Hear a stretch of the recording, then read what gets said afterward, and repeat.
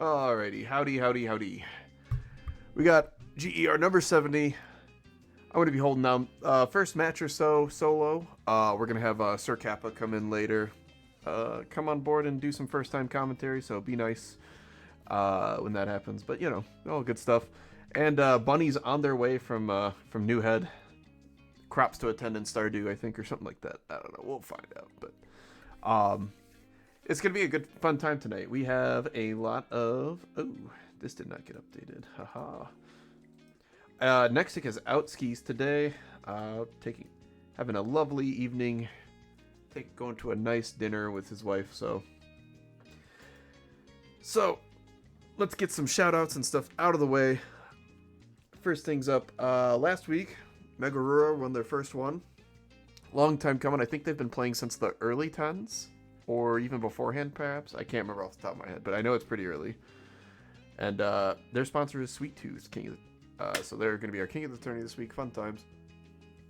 Up first, Sid vs. Leo. Yep. It's a gorilla brawl. And since I'm soloing, it's going to be a little awkward. There's going to be times I might go a little silent just to, what's it called? Speaking of which, take care of certain things within the round. So we're going to get that going here. I'll jump back on the commentary. Jeez, second. Gonna settle a DQ real quick.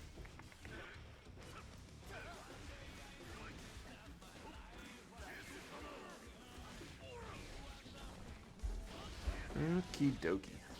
Alright. So, bursting back into the corner. Nice stagger pressure. Kind of looking for a DP because a lot of Leos will try to mix in DPs into your gaps because a lot of your moves will either move you forward or just put out hitboxes. DP catches it. Haha, it's my turn. So. And Bunny definitely is no slouch. I've seen Bunny around on a couple tournaments. It's been a second, but I've seen them around. I think I've probably played against them once, you know, many months ago. Oh. Speaking of DPs just catching stuff, there you go. Sin DP is a little bit of a war crime. So, grabbing a DP on Wake Up is so strong. It does a lot of mental damage. And these are good. These, I can already tell from looking. Both these players are pretty good. So, it might take a few of those to really actually start fully... Oh, they got that on lock. Okay. To fully decentivize. Although, the more DPs you hit Leo with, the more you're going to make the Leo player want to DP. Alright. So, Purple did a really good job of just kind of playing pretty patiently, picking their moments, and sticking with relatively safe pressure. Nothing, at least from what I saw, nothing too high risk. And honestly, with Sin, you don't have to be. Sin can play at a kind of a pesky range for a lot of characters where it's not like long range, but just far enough where it's like, come on now, I'm trying to dash and get my stuff started. Or I'm trying to like move forward or do an advancing move, and you'll get caught by just a normal Sin normal. So, and I'm also going to be, yeah. Oh, bunny, cool. Okay.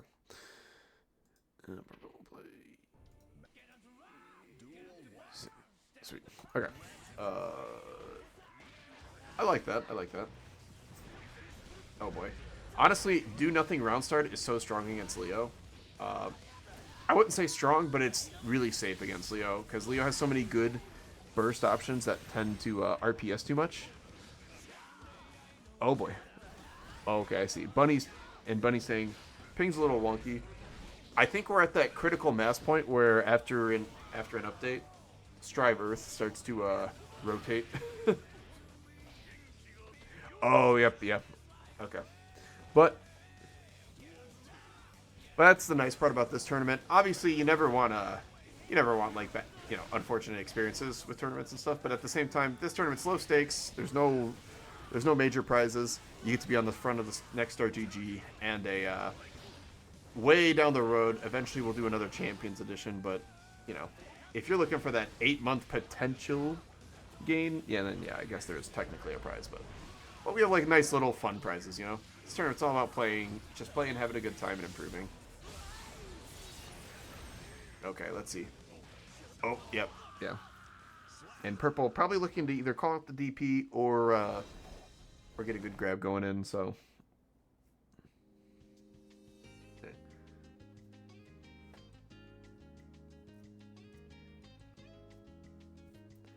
I think now one interesting thing to note, and I haven't heard people talk about this in a little while. Oh, that was two. Was that 2 or 3? I thought that was. Oh, never mind. They reappeared. Strive.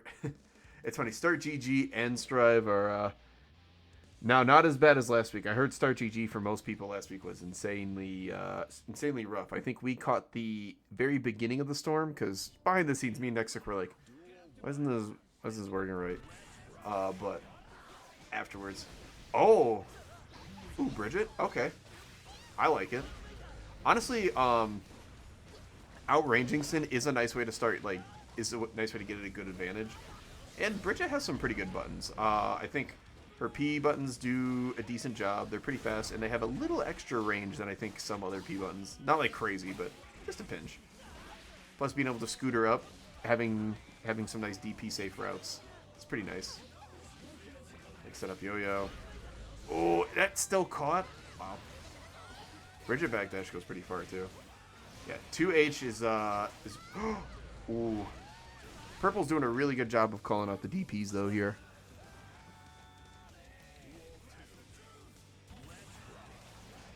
Also, I will say shout outs to Purple rocking the Big Blast Sonic.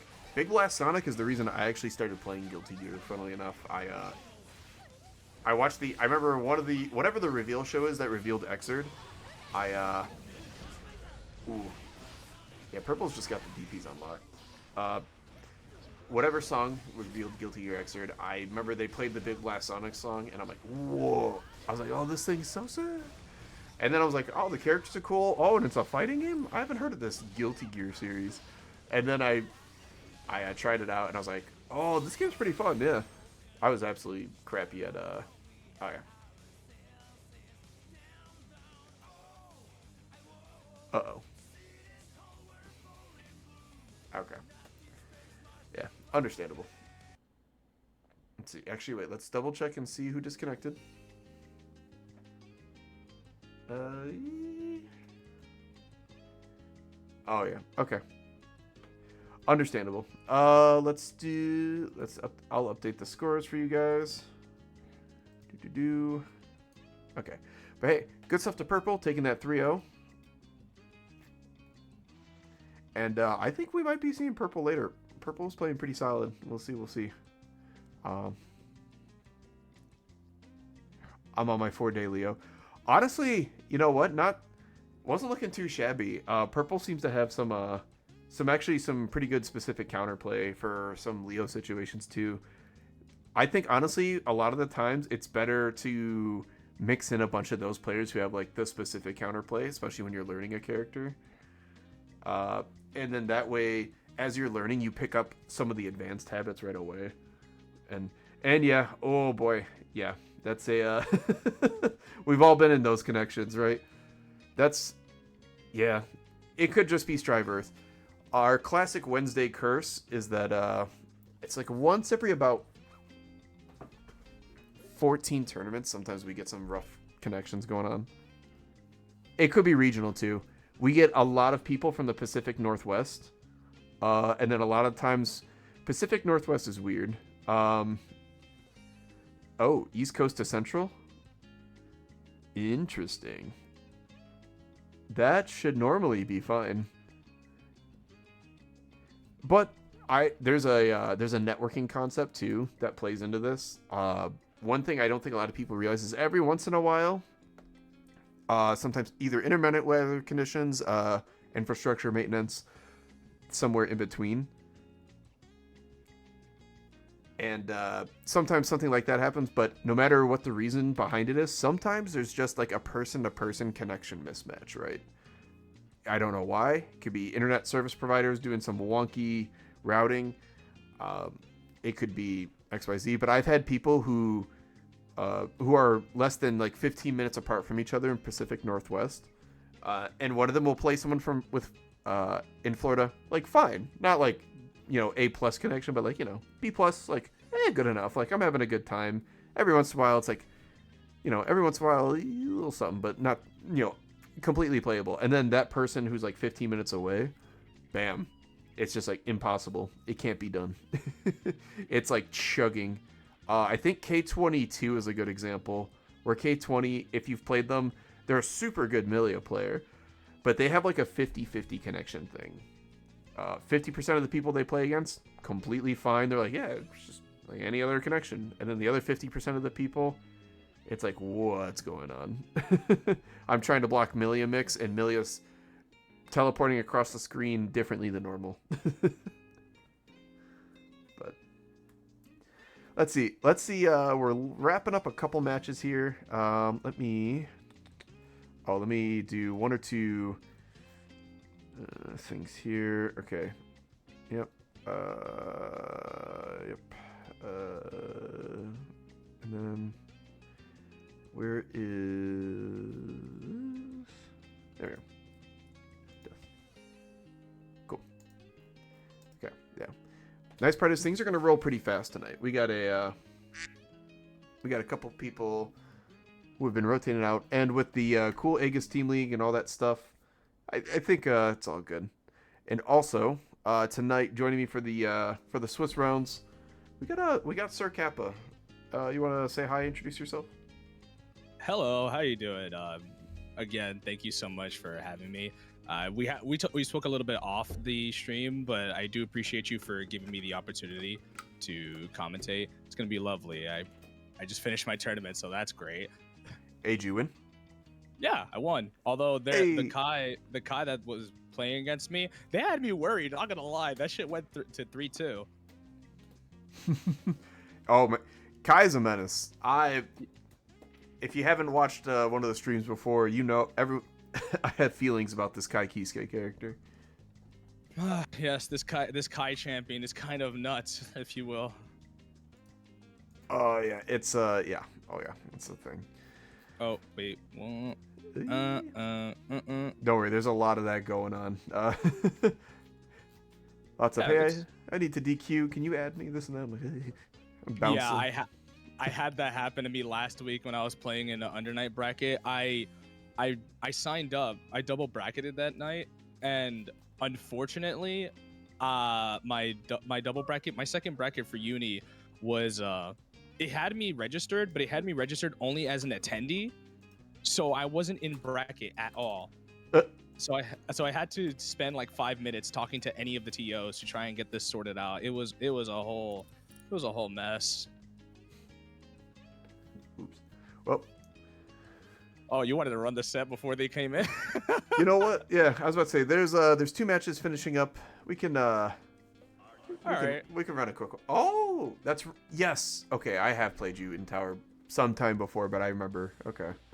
I feel like I might remember you, but like there's so many names that I go through, like that I've been going through for like the last couple of years now, that I just don't remember them all. Oh yeah, I think I might have seen yours before. Okay. Nope.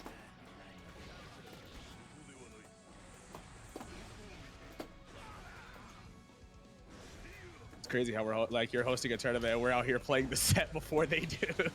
Hell yeah, we're chilling. Oh yeah. Nah, Mini Faust. I don't want to deal with you. Not today. And now we're chilling. Now we're not chilling. Oh. No. I'm big dead. No. Ooh. Ooh. Oh, you're out of there. Oh, the doubles didn't hit. Damn it. I was scared. I was scared. I close slash my beloved. Oh, nice delay. Yikes. Okay. Oh, that's terrible for me. Oh no. I'm getting my fresh fade. Oh no. Thank God. I'm Dio. Oh no. My fade. Oh no. I need to trim that up. We gotta trim that up. I got my Nigerian locks. No.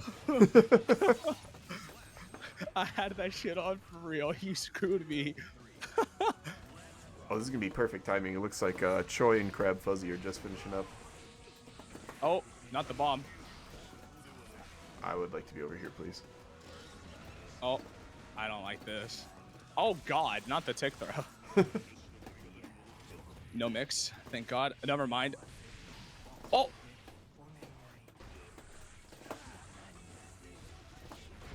Oh, boy. Oh, no, this is not good for me at all. Oh, boy. We ball. Oh, we ball. We ball so hard. Ah! All right.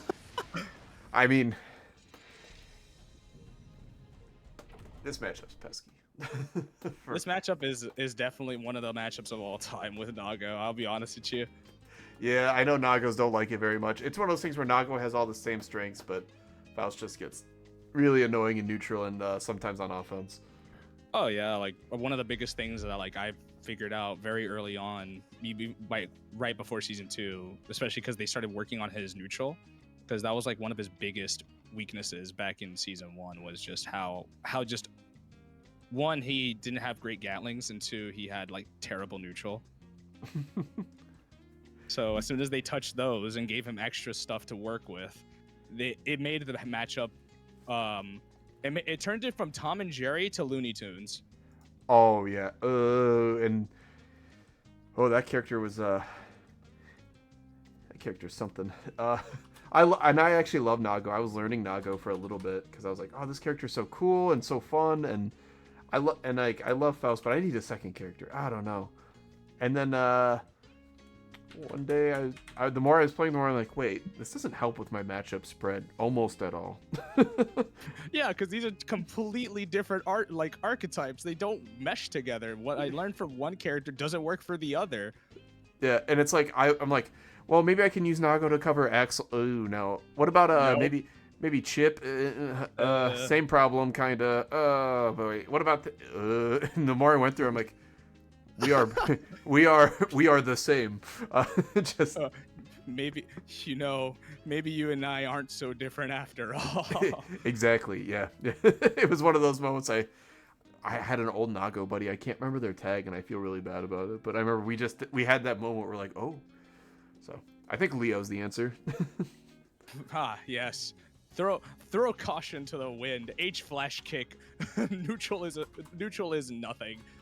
Neutral is a figment of my imagination. Neutral is a concept invented by people who were just straight cowardly. Exactly. Ooh, we get another Sin. Is this the week of that Sin wins? Yes. The Sin community is dying. Like, post your replies if you're a true sinner. If you're a sinner, reply. I love that. I think there's nothing more beautiful than just Sin being just his whole theme just being like, yeah, I'm not the smartest tool in the shed, but I'm happy, and that's what matters. Ooh, Testament. Yay. So as long as I'm not playing against this character, I like watching them. They're fun. I root for Testament players, except when I'm playing against them, in which case they don't deserve anything. Exactly. I'm playing against them. They run the entire full screen, and I'm like, I will intercept their approach with a normal human button. And they went, haha, what if 6P reached half screen? And you're like, it does. I died. It truly is a middle finger normal, bro. I mean, it's the best, undisputed best in the game for a reason. It's ironic because it's undisputed best 6P in the game and undisputed bottom 3 character. Yeah, but the nice part is I always liken it to like bottom 3. This game's actually somewhat well balanced in that the bottom 3 characters, it's like comparing millionaires. You might be the poorest millionaire, but you still have a lot of money. I think you're still balling. Like even Zato, I think is still at like $990,000. You know. Just Not needs the richest. Yeah. I think they'll live. Yeah. Now, on behalf of hoping that they live, Testament is in a really precarious situation. This is not the area you want to be in against Sid with such high damage off rip. Yeah. I feel like in this matchup, you pretty much just want to stay. You want to lean into the zoning game a bit more, just because like Sin does so well at the mid range. Yeah, like I've spoken a lot to one of New Head's players, Widow. I don't know if you remember them. Yeah, and Widow talks a lot about how this is one of his favorite matches because it's just everywhere that Testament just wants to contest, it's very difficult for them to even approach because Beak Driver just does so much. Yeah. And it's one of those things where, like, they both have pretty good mid-range neutral, but the one thing is, Sins leads to offense in an advantageous situation. Testament's leads to either, like, decent offense or decent zoning or decent, like, neutral, but it's all, like, decent. None of it's like, whoa, this is the scary plan. Yeah, it more so it's like you get hit when you get hit by Sin, you get the immediate okay, what am I gonna have to deal with here? Whereas with Testament, it's like okay, they get the hit, but like what is they gonna do off that hit? What can they do off that hit? You got to set up the next hit before you can really think, yeah, this is a real threat. Exactly. You know, already off to a good start. Just Sin just taking control of that mid range, like we mentioned earlier. Testament just has a really troublesome time trying to control the screen because just Elcunt just goes through a lot of Testament's pokes, and there's really little commitment on Sin's part, whereas Testament kind of has to throw buttons very selectively here. Yeah, and I mean, Sin starts off with like 1 3/4 Roman cancels on a special meter just for him, and it's and it's just one of those things where it's like, yikes. The other problem here too is that like, cool, you do all this, you win neutral with Testament, and you get something set up. I can't pretend like I'm the most familiar, but I feel like Testament, just like a gut feeling, is not the world's best like DP safe character. Like I feel like there's gaps everywhere. Yeah, but right now the Rats is doing a pretty good job taking the first wall break of the match just right now. Great 6P on Pluto's side. Yeah. Speaking of strong 6Ps. Exerd's finest. Oh, what a great way to steal the round off of Pluto. Pluto was dominating pretty well in the first match, but you know, Rats is kicking up a second gear. No pun intended. Yeah. Oh, not the deflect shield you wanted there. Yeah, okay, this is going to be a goal. Survive as long as possible so you can build more burst. This is going to be rough. Oh, this is rough. It's one of those things with Sin, right? He has such strong offense, but I don't know, when it comes to just how he structures, I feel like he's just for a Guilty Gear game, he has one of the most Blaze Blue oriented kits I've ever seen. Very strong, very, very good offense. But to be fair, like, it is pretty reactable. Yeah, it's one of those things. It's all reactable, but it's all really, really pesky and good. The meaty close slash really just doing so much right in that situation specifically. But we got burst back. One successful burst into like a decent super, nice combo. The resource trade really, really smart on Pluto's side. There's Elcunt, just like you were saying. Yeah, Grave Reaper, control the screen as best you can. Your back is to the wall. You really don't want to get hit by a straight hit. Unfortunately, that's just what Sid does, though.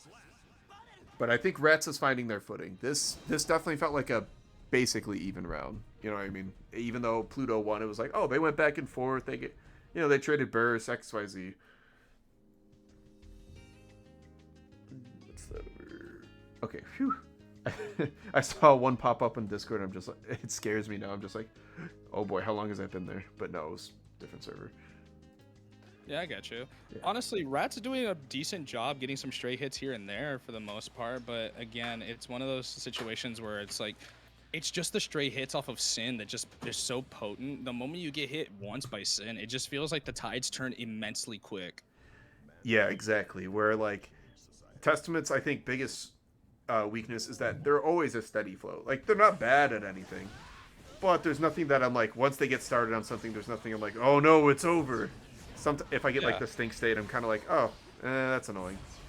Yeah, it's more so, it's like trying to swat a fly per se, but like it's not anything where if you get hit by, like as you mentioned, anything specific by Testament, you could just you could kind of just brush it off like, oh, it happened. It's kind of annoying, but you know, it's similar to swatting a fly, whereas Pluto is just like trying to deal with a beetle. It's all over the place. You don't want to be near it. Yeah, you need one good squash, and if you miss,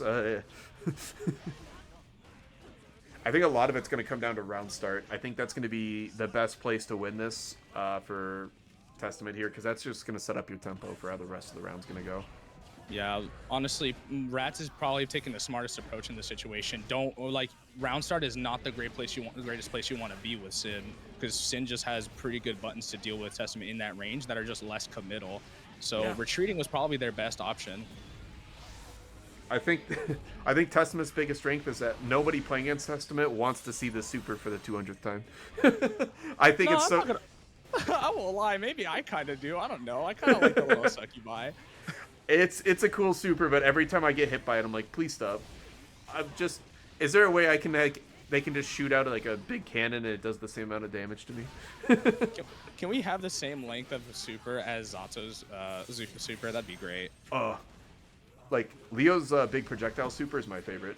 But speaking of my favorite, there's my favorite button, Sin 6P. Yes, the Gap Express. The Gap Express. But Pluto takes it 3-0 over Rats, but honestly, I think if Rats and Pluto played for did a first to 10 and then just kind of shared notes, I feel like Rats could maybe find some next time around. I feel like Rats could do something better. It's been a long day for me. I'm gonna stammer. Yeah, it's fine. I mean, my situation, I just stammered a minute ago too. Yeah, my assessment of it is pretty similar to yours. I definitely think they have an idea of what to do against Sin. It's just that applying it in such a high-paced situation where you have to it's one thing to know, it's another thing to have to put it into practice, and it's very difficult with the character dynamics of both Testament and Sin, because Testament has to be more selective, be more careful about button placement against Sin, because Sin is just has more dynamic, more fluid pressure and more fluid offense, whereas Testament has to be a little bit more ahead of the game, be more spatially aware. Yeah, and a lot of the typical Testament strings that are really pesky to deal with, and they have little micro gaps in them or whatever, but you can't just auto run those against Sin, because Sin's DP is so fast, reaches so far, and and if you don't punish it on the right spot, they can make it safe. They can. It's so called. Continue that thought. Yeah. I think you hit on something good there. It's one thing to have your game plan, be able to do it in training mode, be able to do it in tower, but it's another thing when you do it in tournament. Even in a low stakes tournament like this, there's always going to be nerves. You're on stream, you're like, oh boy. Yeah, it's one of those things where it's even you'd be surprised how different it is just playing online and casually versus playing in a tournament. All of a sudden there's an extra layer of pressure that is now on your neck, and you kind of are more subconscious about your interactions. Every failed interaction feels like a weight put on your shoulders, and every successful interaction feels like a rush of adrenaline rushing through your blood. And it's one of the reasons why competition is so great with the FGC. Now, I'm gonna have to finish my thought early because I gotta go help out with something, but I will be back shortly. Hey, no problem. Take your time. That gives me a chance to shout out some of our socials and stuff. So, here at GER, we do everything for freezies, and we do it all for just giving lots of people a place to play, to improve, and just have fun on a Wednesday night, middle of the week. Do something fun. So, if you want to say thank you and help support us, there's a couple ways you can do it. First off, we have our Twitter. One thing I would love is that and eventually I might put a fun goal on this to try and incentivize it. When we post our top 8s or we post our announcements, things like that, I would love it if we could get 40, 50 likes on those bad boys and just kind of make it feel like, wow, I won the tournament. A bunch of people saw the graphic. It was a good time. So I might start posting a link to the Twitter in some of the spots, so that way people can go out and just say, hey, give it a like. But yeah, follow us on Twitter if you want to see announcements of our tourneys, top 8s, all that fun stuff.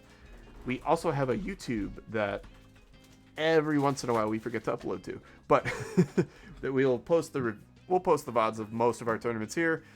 It's always a fun time, and it's a great way to look back on it when Twitch will let us keep it for 2 weeks, I believe, but it has to go away some point. So we put them all up there for just a permanent record. We also have our Discord, so in order to play in the tournament, you have to be in there, but obviously if you're just tuning in randomly, come join our Discord. It's just a fun place to hang out. We have tons of off Guilty Gear topic chats as well as Guilty Gear chats. We have a matchmaking spot where you just come in. I'm not gonna pretend like we're the premier matchmaking server, but if you want to play games with people who are just trying to chill, improve, play, and have a good time, this is a good place to do it. And also, one last thing too. A long time ago, we had a lot of requests for jerseys, so took the time to scout a place. And if you want your own customizable GER jersey, you can head to this raven.gg link. They make pretty good stuff.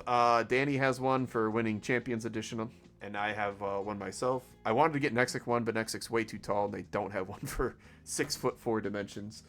Sorry, no Slenderman jerseys available, but we love Nexic, so.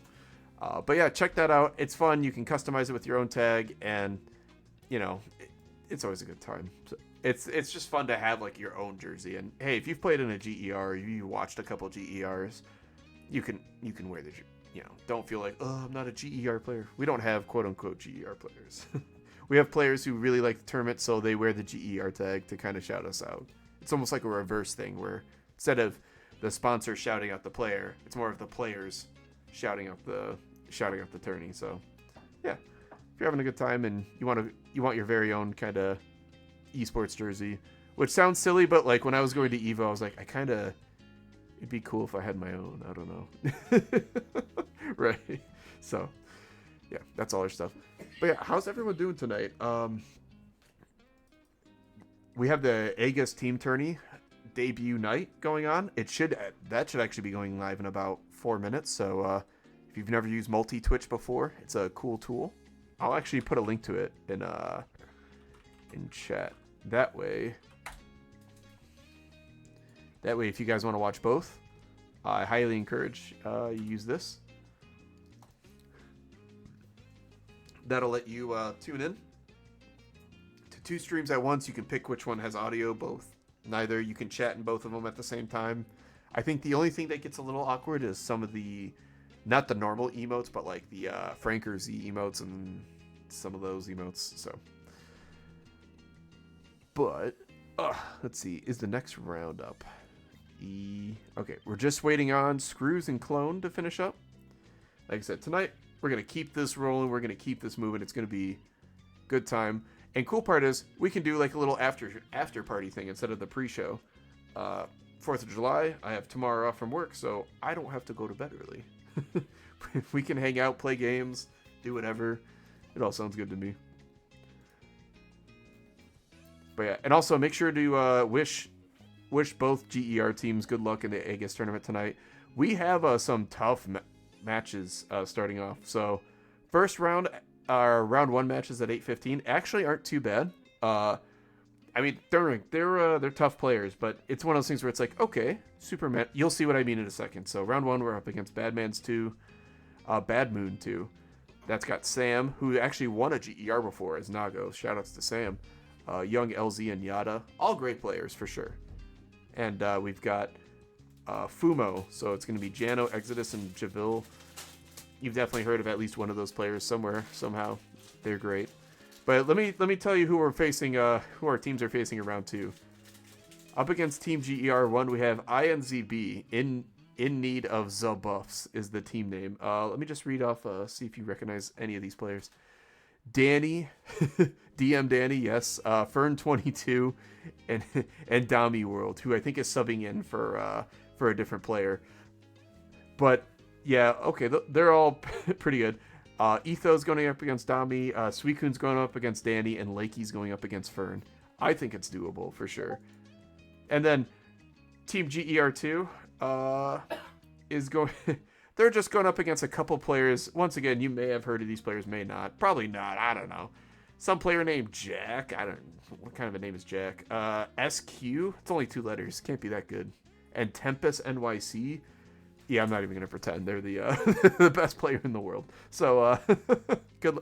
I do think it's possible, right? It's just one set, but I'm not going to pretend like it's not going to be hard. But round 3's up. I'm going to queue us up a match. All right, I'm back. Sorry for the delay. No, you are fine. I was reading off our the team tourneys debuts tonight. And our two teams have each have like I would say pretty good matchup, and then oh golly matchups. Like one of the teams is Danny and Fern and Dami. The other team's Tempest, SQ, and Jack. Jesus. Yeah. Also, real quick, since we're on the topic of attendees and players, did you DQ Lane just a minute ago? I did. They asked me to. Yeah, I was about to say, yeah, they fell ill in bracket as well. Yeah, it's okay. You know, one of those. Sometimes we're not always gonna have big old brackets. Oh wait, let me grab someone before they start. I don't think I've seen these people before. Let's grab them. Game Slacks.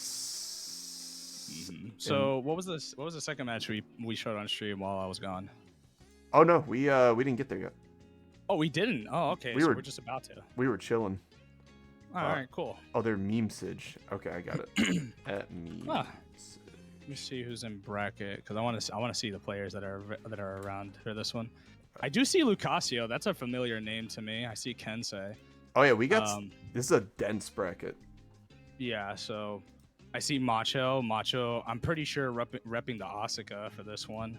Ooh. Yeah, because he like they're a long time Milia player, and I do remember them because when I was hosting my own tournaments, they showed up, and their Milia was really crazy. But lately they've like for the last season they were focusing on trying to get a little bit of that Asuka in, but they've been looking like they've been investing a lot more into the Asuka this season. Let's see what else is here. I remember Sloth. I haven't played them, but I remember Sloth. Oh, Lil Card Scammer. I remember. I played them in bracket. They play a mean Happy Chaos. Yes, they do. Yep, I have run into them in the mean streets of the world, and yeah, I can't remember how our match went. I remember it was close though. I remember I was sweating. Oh, Riot. All right, continue. Yeah, Riot's here. We love Riot. Riot basically saved the tournament in the early days. Really now? Yeah. So GERs 1 through 4 were absolute nightmares. Lankseared save us. If you've heard of Lankseared, great May player. They're still active on Twitter, but I think they've switched to Grand Blue.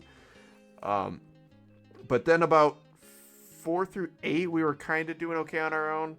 But then we were because we just randomly took off. We started getting like 30, 40 people, and we weren't prepared for it. And then Riot's like, I'll help out. And Riot saved us for the longest time, kind of showed us how to like TO, get everything set up, and then TO'd for like 20-something straight brackets. And it was just like, oh, we love Riot. They do Tension Temple. Shoutouts to Tension Temple. I think it's every other Saturday. Yeah, one of the coolest things I loved about watching Riot, because Riot played for one of Rosario Syndicate's tournaments we were hosting. I think it was the Sacred Holy Order. I don't remember what the tournament was, but we hosted one, and he had one of the coolest runs in the entire bracket. He had like a really tough like losers run, and he fought his way all the way to grands, and he was one of the most entertaining players in the entire bracket. I would say one of my favorites in the bracket with his Axl, playing against Magatsu Ren, who's like, this was, I think it was still this season I think it was either still this season or last season, but he played a mean Axl, and his play style, like he was just maximizing just the straight hits, and it was one of the greatest scenes I've seen. Like he reset the bracket, but Magatsu, being as ruthless as he is, just took the whole thing. Oh, we got a Bedman mirror. What? Oh, that's not a Bedman mirror. My mistake. Okay, I saw a Bedman mirror for a second because it showed a different icon on my screen. Okay. And I looked out of the corner of my eye because I was reading something, and I saw 2 white, gray, black with like minor red accent. I went, what? Wait, Bedman mirror. I don't know what to say about this. This matchup, I feel, is, as the Nago player, you can let me know, I feel like this is miserable for Bedman. Oh, this is very miserable for Bedman. My early impressions of this is like, it's a very annoying matchup for Nago, but the big thing about, that would have been a great time to use Zansetsu. But yeah, this is one of the more miserable matchups for Bedman. But funny, like Bedman has the tools to keep Nago at bay, but again, it comes down to the whole thing with Testament versus Sin. There's a level of commitment to some of these options, and Nago does have tools to deal with some of Bedman's stuff. But the good thing that Bedman has going for him, though, is that once he gets on top of Nago, it's not impossible, but it's very difficult for Nago to just kind of push him off because of Nago's lackluster defense. Oh, blocks the overhead. That was a great bit of defense on Game Slacker's part. Oh, that's the Unreal combo. That is unfortunate. You've got to block those, my buddy. Oh, just a little too far back for the charge dust conversion, but yeah. Okay, so game 1, Tech Daddy. Nothing wrong with. It's funny. Oh wait, no, is that Game Slacks? It is. Wait, no, I have the names backwards. That's why. Haha. Funny enough, this is the exact opposite of how I thought these names would go. But yeah, I think Bedman has a lot of, like, it's weird. I feel like Bedman has a lot of the stuff, ingredients you want against Nago. Like, having a projectile is nice, just because at higher blood, it's like, okay, I can start. Ooh.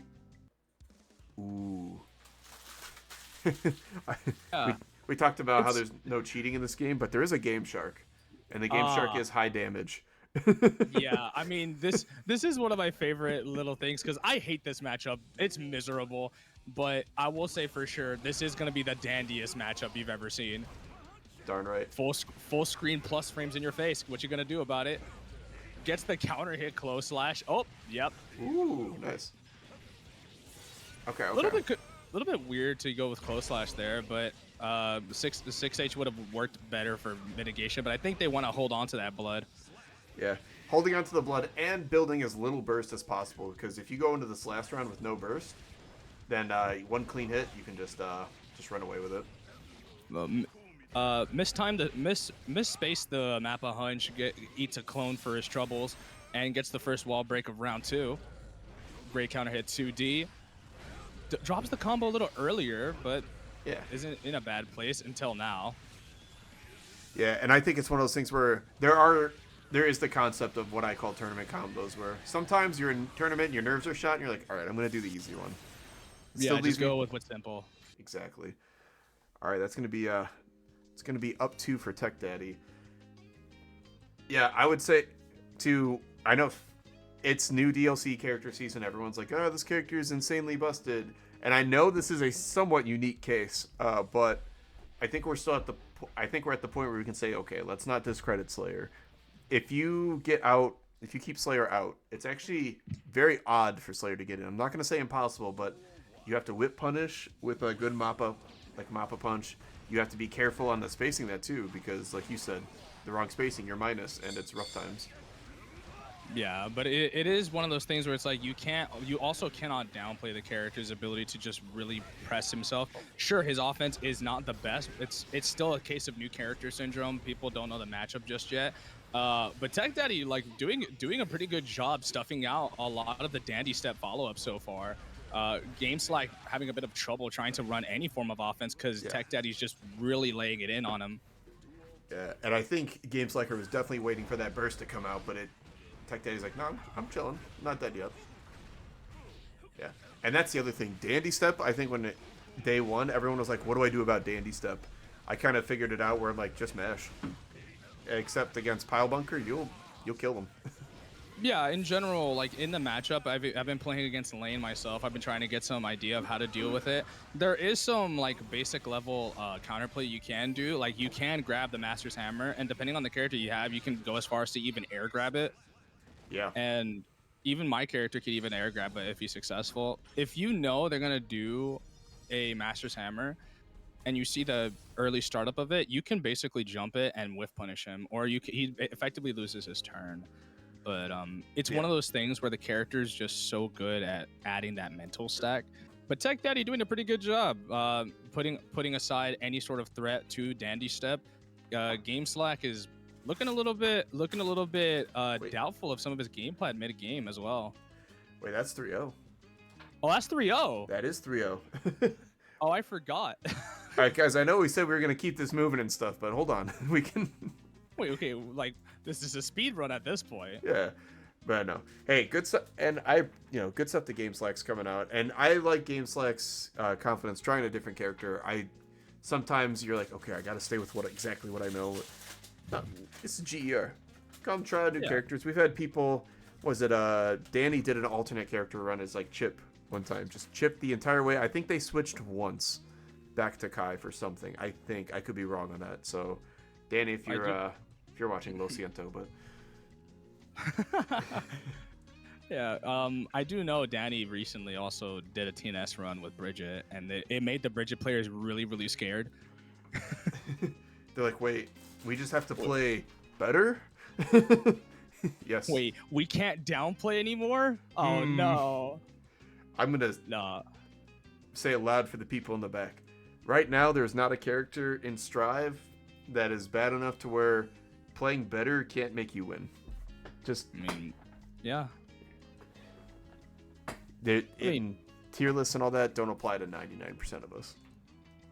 I mean, honestly, if I was a player, which I am, which if I wasn't a player, right, and I decided to want to play, the main thing I would do from an outside perspective is I wouldn't want to look at the tier list, because this incentivizes this tribalism and this tribal mentality of, yeah, I'm just gonna play the best character, because chances are, if you don't like the character, what do you do then?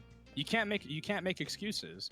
Yeah, I always say just pick who's cool, because none of us, and I say none of us within realism, but like none of us are probably gonna win Evo. It's just statistically unlikely. 99 0.9% of us. I could get us actual numbers because apparently Guilty Gear hit 3 million players, but point being, out of those 3 million players, all of them but 8 are going to make top 8 at like big giant super tournaments. It's like, just play to have a good time, learn a new thing, practice a skill, and do cool stuff. And so if you like looking at a cool British guy with 2 big sickles all day, do that. He's a goofy little guy. If you like being a silly little goober and you like making your opponent block all day, you could also play Jacko. Like if you like just grabbing people with your big meaty claws, Potemkin is right there. If you're a favor of physics, then play Baiken. It's fine. Like, just you got 2 big, bulky, ginormous reasons. Swords.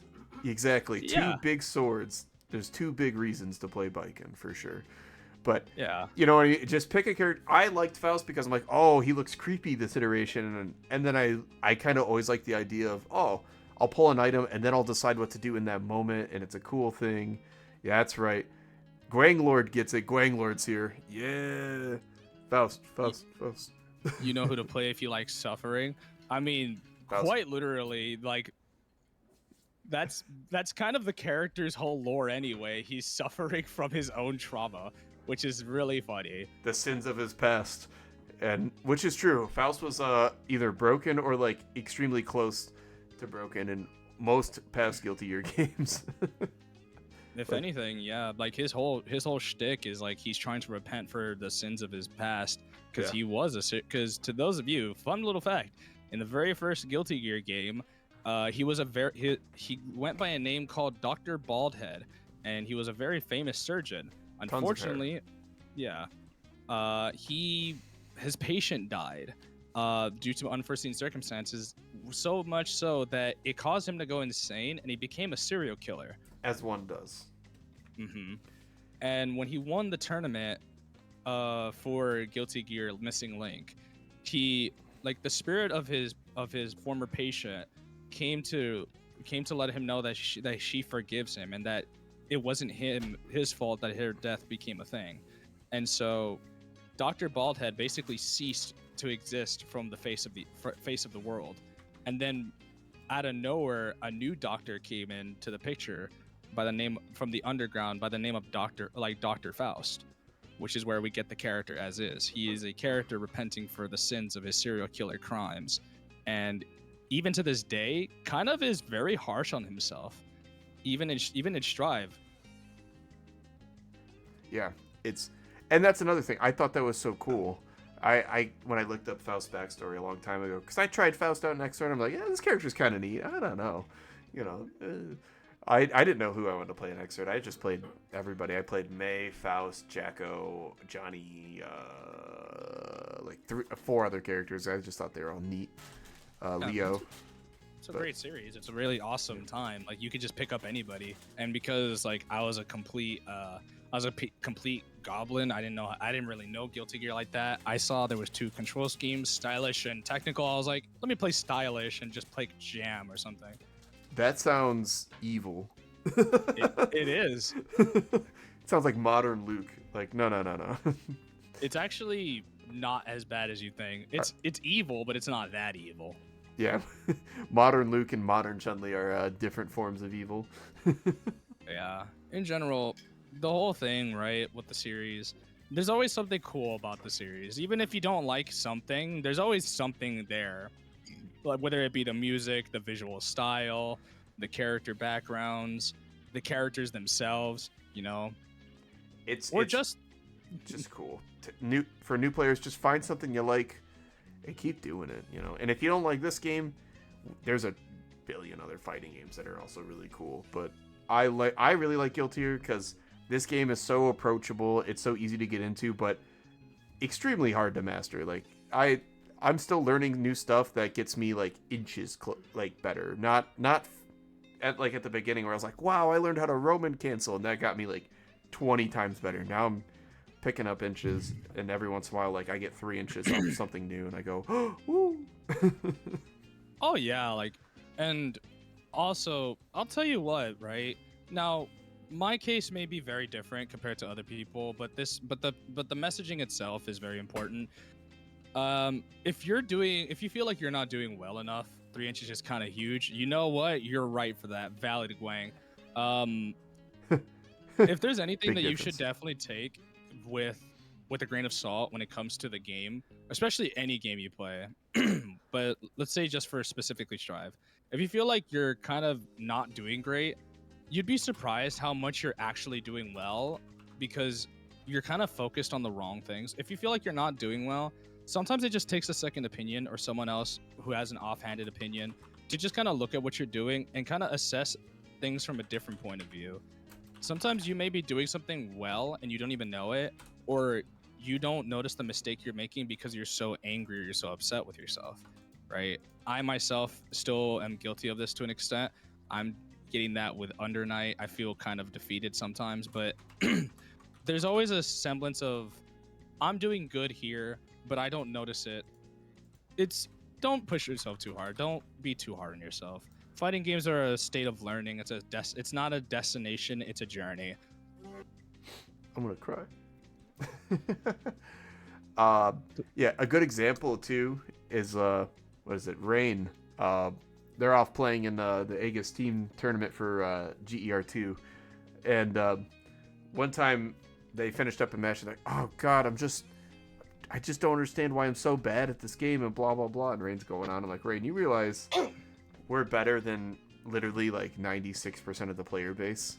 And Rain's like, what? I'm like, there's less than thousands of, like, this is sound big, but I'm like, there's less than like 5,000 people who are better than us.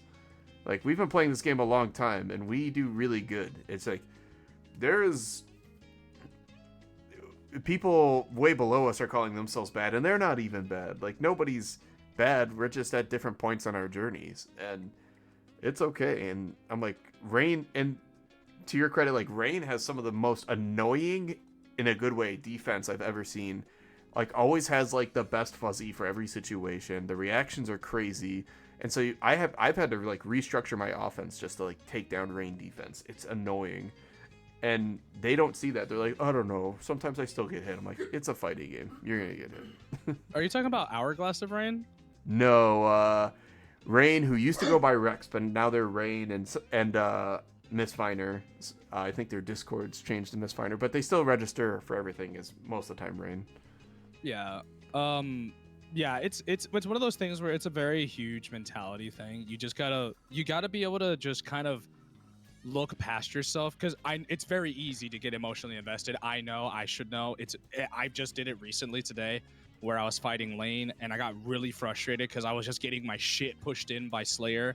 But like, and you know, I'm not immune to the whole punch your armrest kind of thing, but it's one of those things where if you just kind of slow it down and you like put your ego and your emotions to the side, you may do better. The more angry you get, the more mistakes you make, and the more you start to realize, yeah, I just keep making mistakes. I can't stop making mistakes. You keep this cycle going. And for those of you who struggle with Mappa Punch, just crawl it. It's easy. Just crawl. I have the freedom of the crawl. Yeah. I trade a lot for that. There's a lot of... To be fair, there's a lot that goes into it. Like, knowing when to crawl is definitely a skill in of itself, and I don't think people should undermine that. And especially in tournament, if you know when to crawl, it's very important. And going back to what you said earlier, sorry to cut you off. No, you're good. You're good. You mentioned learning things as time goes on. To the Nago players who didn't know this, there's Milia counterplay against Milias who like to do JH, JD into Capel. If they reach a certain apex height, rather than dealing with your air throw as some of them try to do, if they reach enough height, you can Fukio back and you can DP. Ooh. Yeah. Yeah.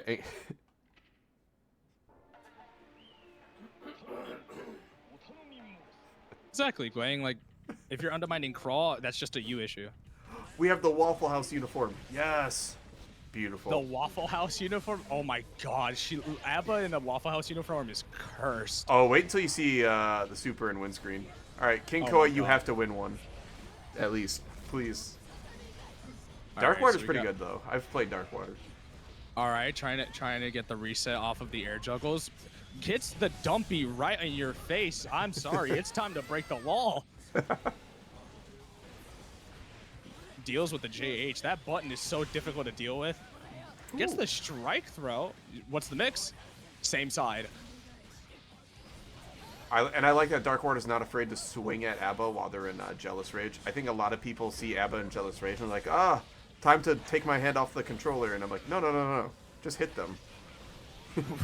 Easier said than done, but I appreciate the enthusiasm nonetheless. Oh, didn't have the meter to kill. Oh, this is unfortunate. This might be it. This is all the burst bait, but the refresh. Okay. That was a whole bag of emotions. That could have easily gone bad for King Koa. Oh yeah, did you notice the key's made out of waffle? No, I did not notice that. Just transformed. I'm looking at my mod. Oh, it's now a waffle. Oh, that's amazing. There we go. Great awareness. Gets that resources back up. We're jealous in this place. Oh, it's scary looking at A.B.A just run at you with so much gusto. There we go.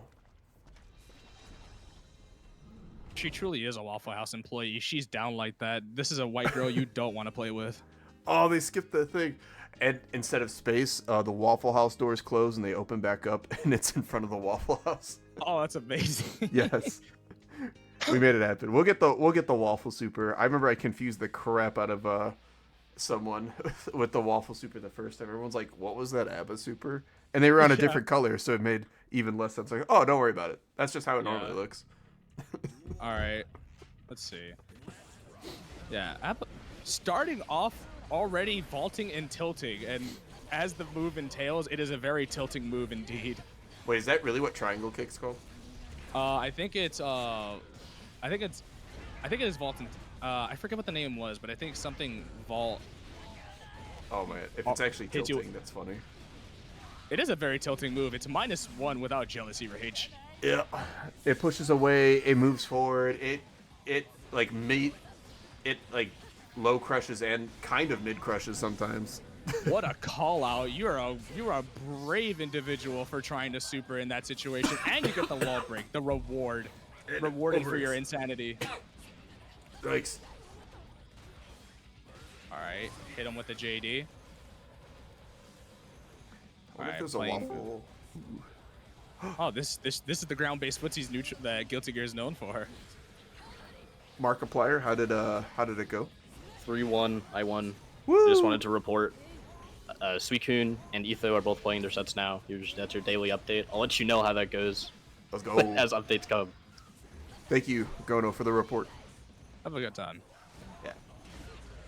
Trying to bait an approach with JD is kind of a very interesting move on Koa's part. Hey yo, puff pass. I've heard hop kick, triangle kick. I've heard disco jump. That was like day one tech where no one knew what to call it. Disco jump, boogie slide. Ooh, okay, Dark Yeah, Water. my dad. Boogie oogie oogie. The Senkai matchup be like. It just feels like Yo Gabba Gabba ass neutral sometimes. Yeah. That's what Yo Gabba Gabba describes Kai kind of perfectly. I'm like, this won't turn into another Sun Puppy Kai Malding stream though. Jesus, that cross up is Waffle so super. frustrating. Tries to kill with OTG, kills with the super instead though. There it is. Whoa, marriage be upon ye.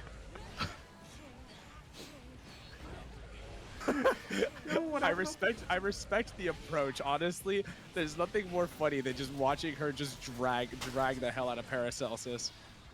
Okay, so I think it's matchup dependent, but I will say that is a legitimate approach strategy, is to do the hops or the slides a bunch. Oh yeah, it's very. You'd be surprised how well like that's good against Nagoriyuki, because like tilt, intertwine and tilt. That's what the move is called, I think. Beautiful. That I don't remember what the move is called specifically, but yeah, the drag is it basically low profiles, or to an extent, Nago's main pokes that he wants to be hitting from max range. Oh, there's a lot of jealousy to parry or not to parry. Far slash is more like it. Oh, the Japanese guts can't save you here. That's up. That's 1-1. Unfortunately, I think it's 2-1. Is it? I believe Koa won the first one. Did Koa win a second one? Yeah, I think this is the second one. Oh, wait. Yeah, yep. I thought, for some reason, I thought Baiken won that one. I'm losing it. Nah, trust me, that's the hater in me talking to. You know, I will say the nice thing about playing Faust is like all these characters come out, like Asuka, A.B.A, Slayer, and everyone's like, these characters are obnoxious. I'm like, my new good matchups are dropping. Yay! You're like the one player who's like, room for more. Yay! I have good matchups now. Oh, we're doing this again. No way we're doing this again. I saw this in brackets. Someone try to run away and then immediately try to strike him. Oh, I love that conversion. It looks so cool. That is a terrifying setup just to get that whole situation going. Crosses up once again, baits the burst really late. All right, King, if you win this, please let the A.B.A windscreen rock, or else I'll make it happen. I'll just play A.B.A. What a 6P. That was actually really great. You guys probably don't know this, but like A.B.A 6P is ridiculously OD actually. It's so good. She's one of the few characters that can actually reliably 6P like Naga's 2S 5H screen. 6Ps, gets the conversion off of drag. All right, what's the situation here? We're playing neutral, backs to the wall. How do you want to approach this? Ko's like, I don't have to do anything. I'm waiting. There we go. Really, you really don't have to as A.B.A. You could just wait. Why force an approach? You have all the health in the world. You have all the resources. Although tether's not fun. Oh, tether is not fun at all. It is like having the leash on you is not a great situation. Paracelsus would know. King Ko's like, all right, listen. I know you guys don't want to fill dead air, so I will make this match keep going. But Tommy? Oh, sometimes you just don't know how to commentate something. Sometimes you just watch in pure awe. Oh, hold on. Yokai, make him pay. This is real neutral. This is real neutral. Oh god. Wait, the A.B.A teabag's so good. So Yeah. wait, oh. Are they gonna become a clash battle? I'm curious. I'm curious. We've never seen a set quite like this. Waffle Super? What is going on? I don't know. King Ko is just running away. I don't understand. They want the timeout. Oh, they are trying to time him out.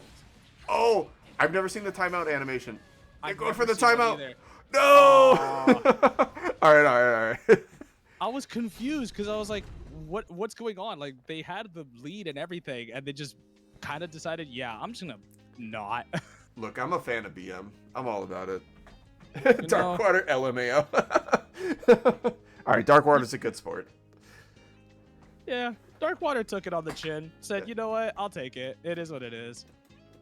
No, but hey, good stuff to both players. Yeah, and King Ko is definitely feeling good. IDK what I'm on right now. Hell You're yeah. on something. You're on a roll. Is what you're on. But, yeah, I can make the A.B.A windscreen appear. We could do it. I'm not good with A.B.A, but You don't have to. Just Nah. we'll force it. yeah, that's right. We'll get the double, the jealous waffle super, and yeah. Yeah, just gold burst me and I'll blood rage immediately. Beautiful, beautiful. Oh, waffle car. Level 1 A.B.A, that's right. We're chilling. All right, gold burst. How do I do this? Watch the mix. Is it the K button? It is. Oh my god, that is a godlike mod. That's amazing. I've never seen that mod. It's Double Sun Puppy Perfect. He's a god.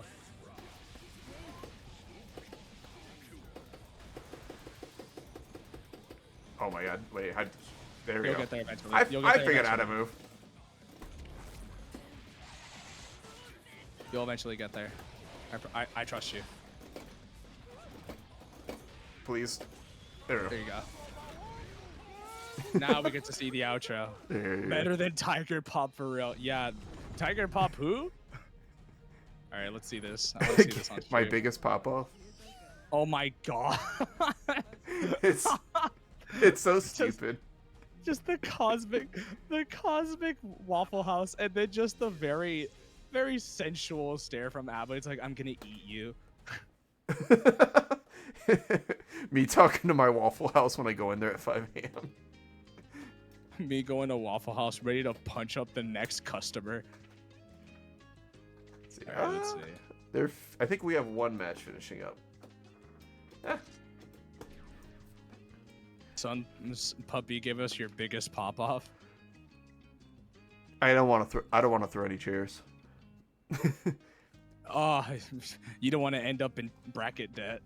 Is there a link to bracket? By golly, there sure is. If you do, command bracket, bada bing bada boom. We got commands here. Not tons, but if there's one you want, let me know. Bada bing, bada boom. Mr. Guilty Ear as I step in the room. Did I ever set up the glossary command? I did. Yes. So if there's ever a term also that we use that you're not 100% sure what it means or what that entails, like let's say we mention an option select. You're like, I don't know what that means. Just do glossary option select.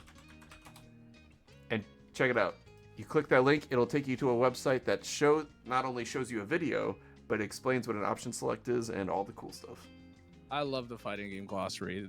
Like it's probably the best like website next to Dustloop and Mizumi when it comes to just getting whatever info you need just in your head. It's a great information website. Yeah, for sure. And shout outs to Infil. Infil worked really hard on it. It took them a long time, and they update it still fairly periodically. So if Fighting Game Glossary's ever helped you out, I'll do this the one time. You can always throw a buck at Infil as a tip if you'd like, but you don't. Yeah, these guys do it for the love of the game and the love of the community. and they don't expect much in return. They just do it because they feel like they want to give people like myself and many other newcomers to the fighting game genre and community just a place to kind of get their feet planted into the ground when they first enter the community. Yeah. It's hard when you first start and everyone's like, yeah, you know, quarter circle forward this into dragon punch into, you know, mix up, cross up, blah, blah, blah. And oh yeah, by the way, is your frame data safe? And it's like, Yeah. Ooh. I'm here because... a bunch of cool people. Oh yeah, Hassan El Macho is actually off playing in our in the Aegis team league right now. Right. Yeah, they're on our team GER number 2, or we originally wanted to call it like capital GER and lowercase GER because the people in 2 are all shit posters. We love them, but they're all shit posters. So we made them a really crappy logo, and it's it's pretty. So you made the German logo. You made the GER logo, and then you made a really shitty version of the GER logo. Close. I will say our good friend Calico, who if you want any work done, just at Calico in the Discord, and they'll be able to set something up. But they actually made our banner, and they said, I accidentally made you a logo that was gonna go in the banner, and they're like, well, I already made it, so do you just want it? And I went, yeah, and I tipped them an extra few bucks, but yeah. Is there a different stream for that? There is. Let me give it to you in multi-Twitch. Let me pull up Twitch on my computer. All right. Actually, yeah. Monocles, let me real quick set up the next stream match, and then I will get you that link. Yeah. Aegis has a lot of channels, man. I try to report in for like an Aegis stream, and Aegis just has like 8 different channels. I know exactly who we're gonna get. We're gonna get Riot, because we love Riot, our favorite second place uni finisher, and we're gonna get Screws. All right. Honestly, it's really cool. Like, you know, since we're talking about brackets and running tournaments and whatnot. Great work, Etho. Good work. Woo. Thanks. LZ didn't say anything in the channel. But it was still good, I think. Good job. It's 3-1 your favor. Okay. Sorry for commentary, some puppy. Okay. Suicune lost 4-0. What? Salute. All right. You won the set. Etho and I clutch. Don't worry. All right. Sounds good. I should have. Wait. This is commentary, right? Yeah. I gotta get out of here. Oh. Okay. I'm back up next week. I'm doing some mod stuff. Don't worry. I got you. Oh, go no. Hi, Ethan. Hi. What do I do now? Now do I play my sets against that Zato? Oh, you're gonna be on stream for the lovely part 2 set. Okay, is this Zato? I don't recognize their name. They are good. They're on Danny's team. Okay, I don't want to lose to a Zato. I just woke up 2 minutes ago. I woke up, sat down at my computer, and played my set. Hell yeah. You love to see it. The lack of sleep will carry you, trust.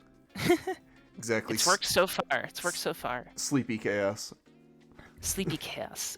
On that note, I'm going to leave you. Adios. Bye. Bye. I love doing my best taco impression. Just hi, hello, hi. I actually have a couple people that I know in my community who do that too, where they pull up and they just greet each other like that. Specifically, like moe anime girls. It's like, it's so funny. They're like, hey Zibs, hi, hey, hi. Like it's hi. Oh god, we gotta play Fern. Ugh.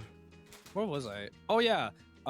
Since we're on the topic of playing in bracket, you know, like I thought it would be I think it'd be great to like talk about our first brackets or like our experiences. Ooh, that is a good one. Is this the right? Okay, it is. Why don't you go first while I set up these names? All right, cool. Yeah, when I first played, I'll be honest with you. Like, I was scared, I was worried, but I pulled up to Kizzy's chat and I asked him, I was like, hey, I'm gonna play my first bracket ever, like back in 2021. I was like, you got any advice for how to like what to do in bracket? And they're like, it's honestly the most like just basic thing he ever said, but it really is awesome. He said this. He's like, oh, have fun. Just have fun, bro. Just that's all. And I played in WASD's Roman Rumble when they were still doing those tournaments as frequently as they did. Oh, I remember those. Yeah. Man, first tournament, I was expecting 0-2. I went top 8. My first bracket was also, by the way, nice job on the top 8. First time, yeah. So it was a nice confidence boost, you know. Oh yeah. All right. Speaking of, I'll go into it at the next one, but we got Riot on the screen. A Uni 2 player, it says. Yes. That's a great tag. I love that. It's like just GG player, Uni 2 player. Yeah, we all love a little bit of both. We love a bit of both worlds. So this matchup seems probably pesky for Axl. Maybe not impossible, but definitely pesky. It's definitely not gonna be a simple one. It's not as straightforward as Axl would hopefully like to, because one Giovanna can just kind of take control of the screen as quickly as they can, and they cover so much ground so quickly that it kind of screws over Riot's ability to control the screen. But Riot's doing a pretty good job of just keeping screws out at the moment. Yeah, and Riot's doing a good job. Every time they get a decent hit, they're doing a great job grabbing every bit of forward movement they can, because if they get worked into the corner, that's when Screws is really gonna go wild. Yeah. Riot being as unpredictable with his options as well is actually really good that they're going with the options that they're going with. Like, they just keep using rainwater to just really throw off Screws' movement. Ooh, the unblockable overhead. There's no way to block it. It's impossible. The rollback unblockable. Oh, the full screen 5H, my beloved. Oh, look at the patience. What a nice call out by Riot. I have 2 first tournament stories, which sounds weird, but my first Guilty Gear tournament was the Bones beginner bracket. I think it was like number 4, one of the really early ones, and I think I got 4th or something crazy. And I was like, yeah, I am the best. One more and I graduate. Easy peasy. And then I lost the next 11.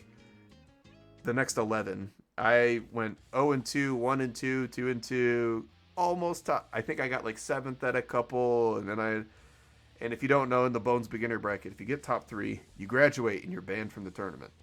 Yeah, for ban. Yeah. I think ban uses the same system too. Yeah.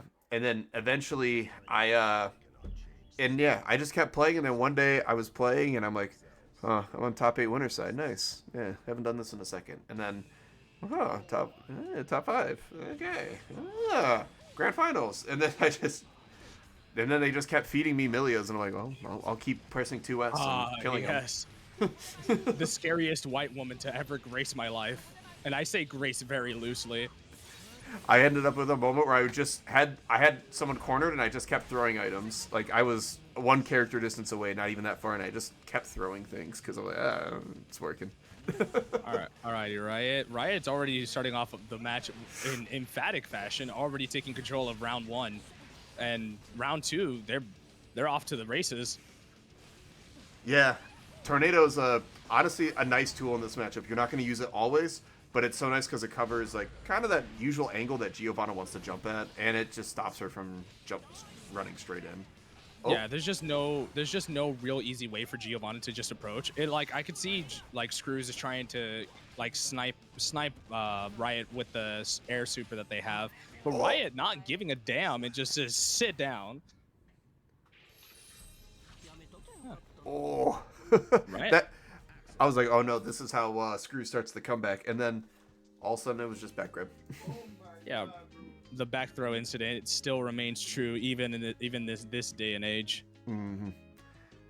The actual first tournament I ever did, this will date myself quite a bit, was a brawl tournament for Super Smash Brothers Brawl quite a long time ago, and I went, I think, 1 and 2, and I was just like, oh, this was kind of fun. I don't know. I didn't care. I was like, I don't plan on winning. I don't know. And I think Brawl was like the first game I semi-competed regularly in. I think I ended up getting like second one time at a local, and I was like, yay! And then, yeah, then I stopped immediately. I was like, Brawl's kind of pesky.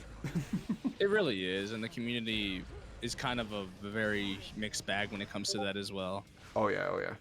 Thankfully, my local was good. But speaking of local, Screws is now local to Axl's perimeter here. So Yeah, they're taking primary residence into the Gap Express. They are controlling that corner with their life, but Riot, not giving a damn, once again takes the corner back and goes for the wall break here.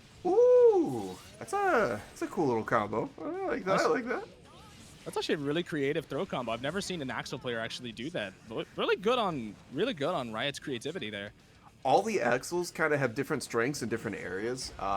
Like for instance, Gono's strength is not overcomplicating things a lot of the time. Gono has some pretty solid answers for a lot of situations, and it's like if you talk to Gono, they'll be, I'll just jump. Riot does a lot of like really good routes, and likes to use his Axl's lesser used buttons. Like 5K for a long time was not used by a ton of Axls. And Riot's like, no, this button's good.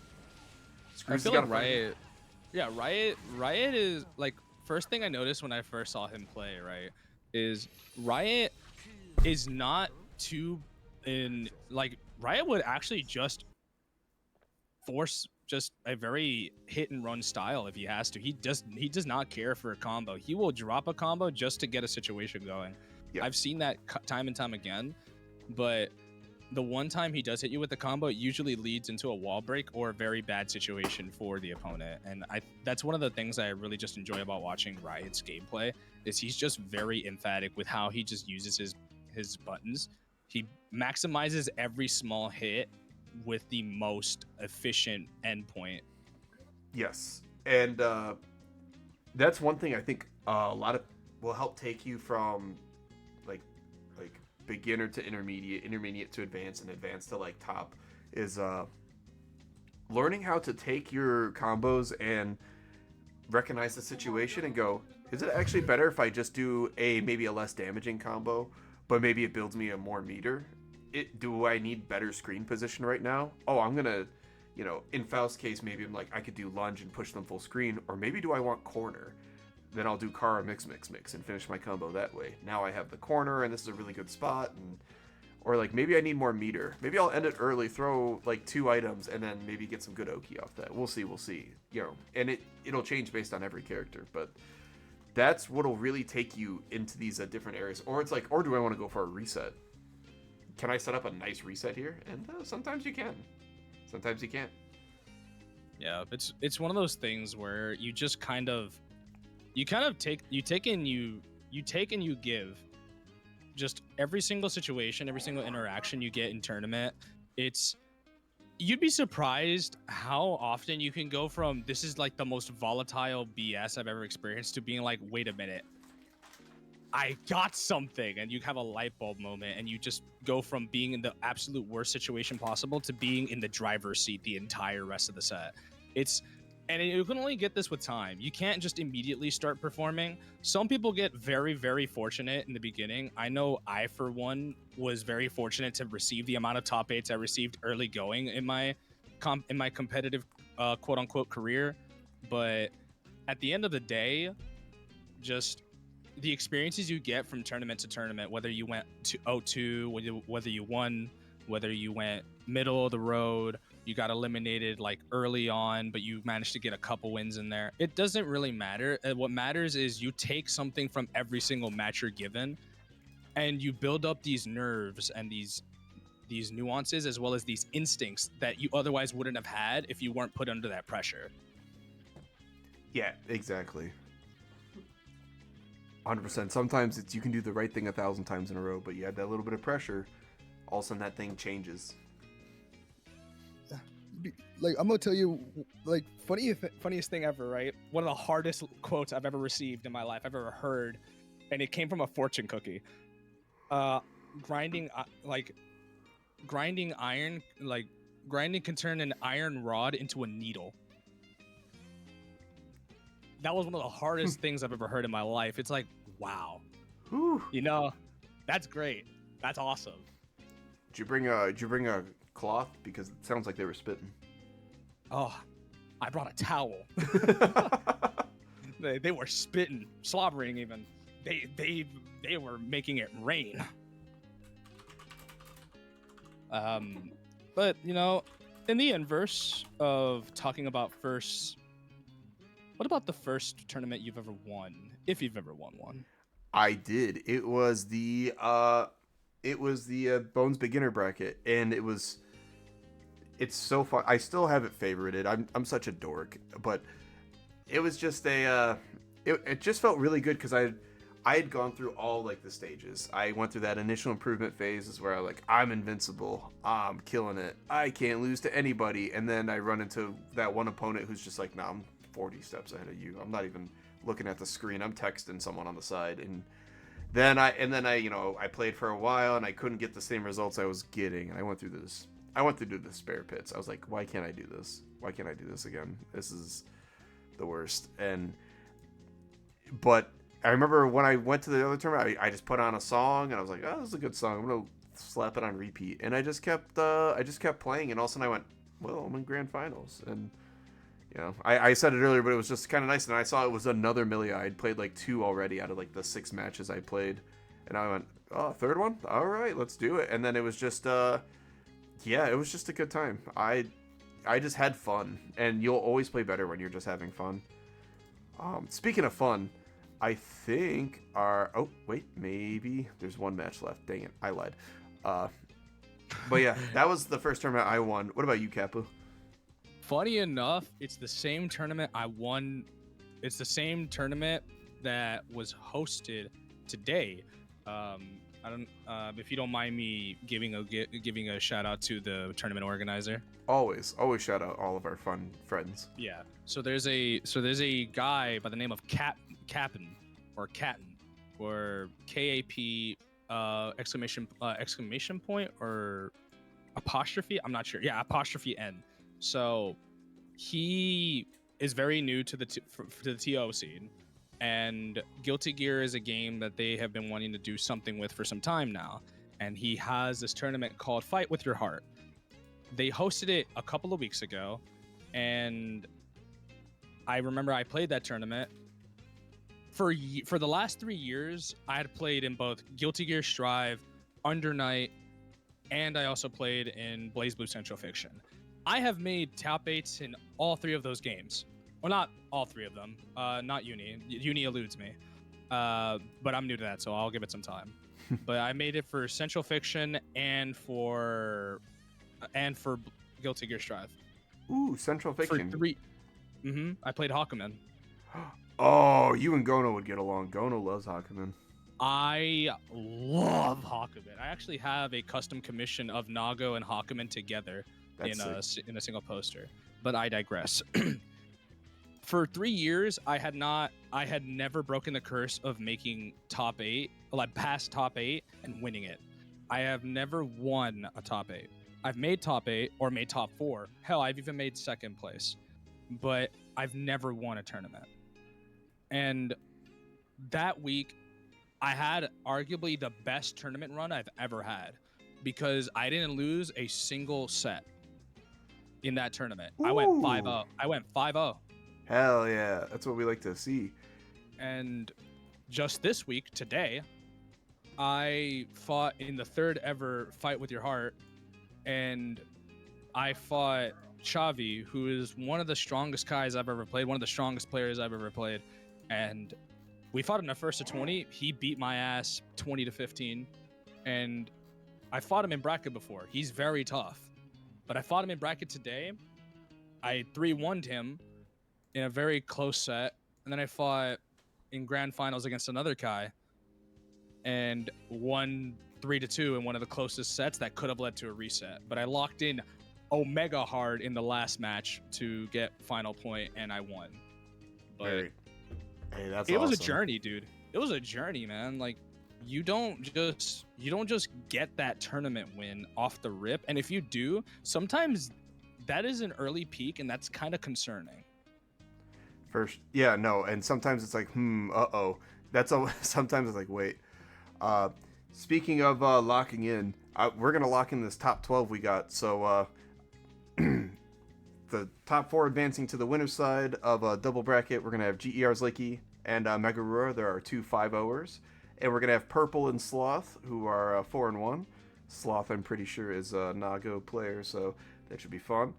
And rounding out our bottom 8, we've got Ian Sharp, DB Zavi, we got Kensei for PR, not underscore. We got Riot, SolBadguyFan2010, Kiet, Hassan / El Macho, and we got Lucasio. So I'm gonna finalize these placements, and then we're gonna get rolling. Yeah, it's very interesting because Kensei is very strong Kai. One of the only Kais I still don't have a number to, like that I've played in the scene so far. Not like from the top level, but from like this level at this moment in time. Kensei is just really difficult. I can't get a read on him. And Kensei's crazy. Kensei's getting so much better every time too. I'm like, uh-oh. Kensei's a maniac. I've seen him like triple bracket in a single day. And they do well. Kensei has the yeah, and they top 8 every single one. Report edit results. Yeah, Kensei's continue. I was about to say Kensei's kind of looking like Danny Jr. Like that's a compliment. Danny's absolutely insane, but like they're getting closer to like I don't know how to put it. They're getting closer to the like threshold of like ooh oh boy. Yeah. They're kind of like, I like to say tiers of players more than anything.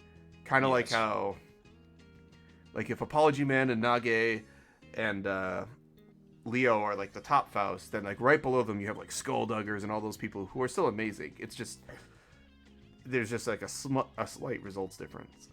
Yeah, I get you. Did this change at all? Okay, no, it didn't. Thank goodness. All right, here we go. Finalizing bracket. Had to switch one score real quick. So the way our top 12 works is if you are on the loser side, go ahead and play until a match is sorry,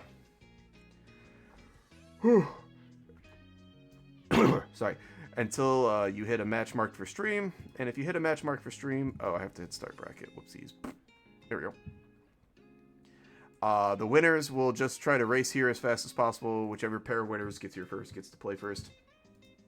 Yeah, and then I'm assuming by the time we get to the top 8, that's when you're going to switch out to your top 8 co-host. Whenever Taco shows up. I don't know. Okay, so whenever he does show up himself. Yeah, okay. Yeah. Taco's out there, just in the Taco-verse, probably being toxic as Taco does. We love a little bit of toxicity, as long as it's met with a few ha-has. Wait a minute. Look at the stream. Wait, Taco's here. Oh, they've just appeared. Look, if you look carefully in the bottom left, there they are.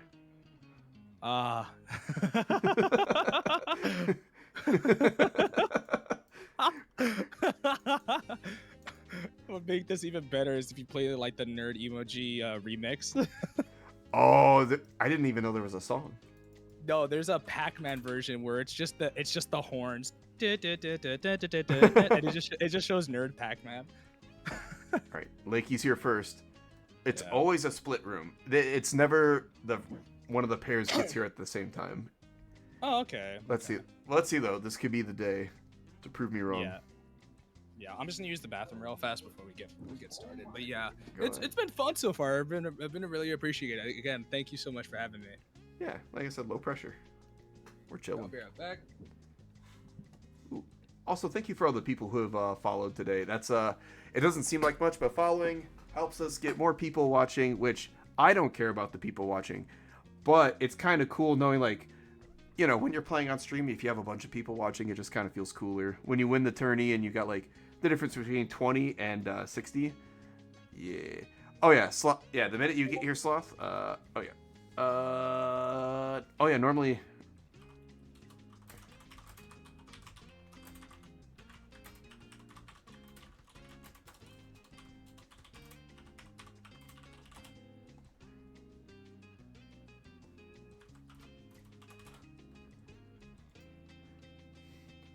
let's see. So Lakey's already here. They know the drill. Sloth. Purple.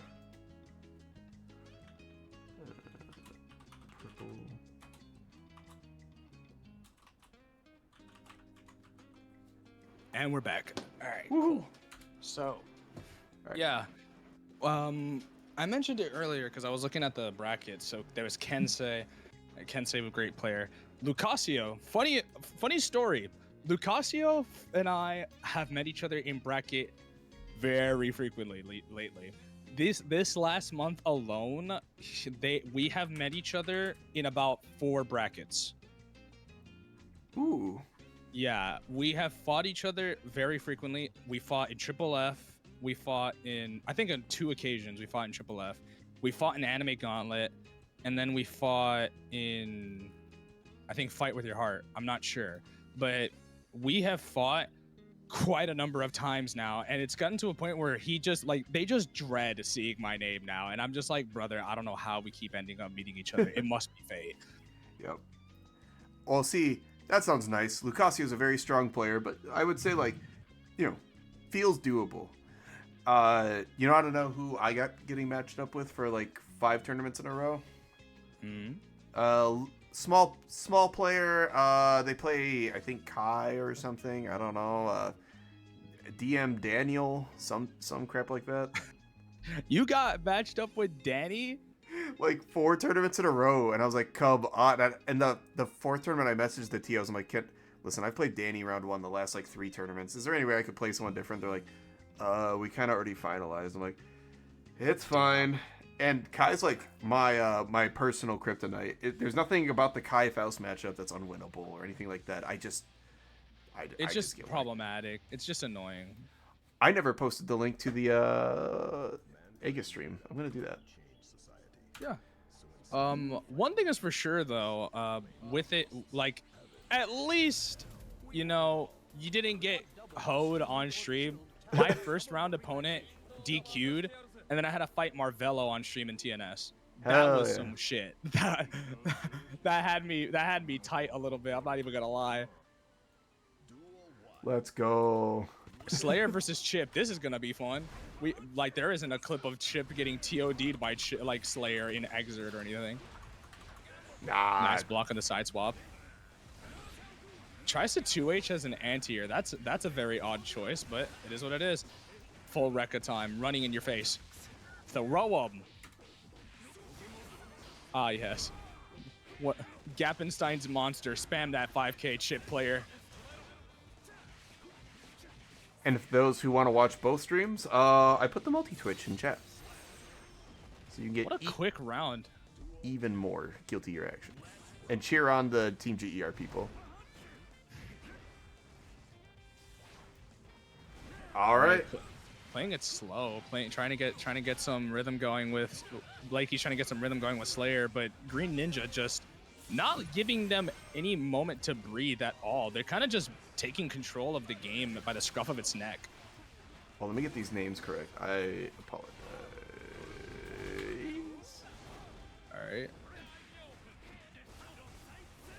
All right. So far so good. Tries to strike throw, but Lakey actually finally decided to contest. Ooh, nice. Reset with the clone. Help. There we go. 6P's the overhead. Just throwing out that far slash. Show him what for, Lakey. Slayer neutral go crazy. Slayer far slash go burr. Oh, what a backdash. Baits the DP by just standing still. Sometimes the do nothing, your brain expects to see something so much that it doesn't see anything, and it goes, do it anyway, do it. It's gonna happen now. The no mix-up as a homie would tell me. Oh, got the burst for the hard knockdown in the middle of their knockdown move. Unfortunate for Sloth here. Luckily for them, they kept Oki, so they didn't break the wall just yet, but now they get a good positioning situation from the wall break and with Wild Assault on play. Burst on Green Ninja's part, so he's... Oh, that's Sloth, my bad. Alright. What a burst bait. Wait, do I have... Beautiful. Actually, yeah. As a burst bait connoisseur, that is on my top 5 burst baits. Oh yeah, there have been some dubious burst baits here. I love it. Every week, the nice part is we've seen so many different things come out of this tournament. We've had a few. We've seen some of the coolest like low level players. We had Amelia enter who had owned the game for less than 8 hours, and I was like, "You are the coolest person in this bracket. I hope you know that. You were like an honorary winner for entering a tournament for a game in like 2 hours after you." And they weren't bad either. You're a real one. Like you're the people's champ at that point. Their name is lost to time, unfortunately, but I remember them. You will remember your sacrifice to the gods of the FGC. What a 6P. Just Yeah. map a hunch. Slayer's got a 6P of all time for sure. Oh, 2H. The 2H of the gods. The no fun button. Truly a button of all time. What an air grab! What an answer just to start the round off. That's a little cheeky air grab to start the match. But at 2H, you love to see it. Cross up with pile bunker. Oh boy, help. Oh. Oh, blocks the cross up. That is a cheeky thing, dude. Slayer players love that. I've seen at least 20 Slayer players do this in tower. It's their bread and butter now. Slayer's like, your thumb's got to get tired sometime. You'll miss the block.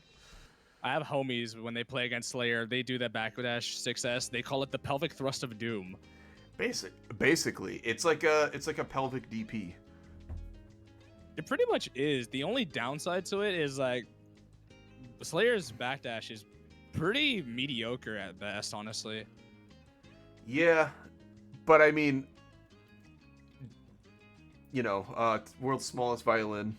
Yeah, defensively the character's weak. Offensively, he's not the best. But if he just hits you once, you die. So it doesn't matter.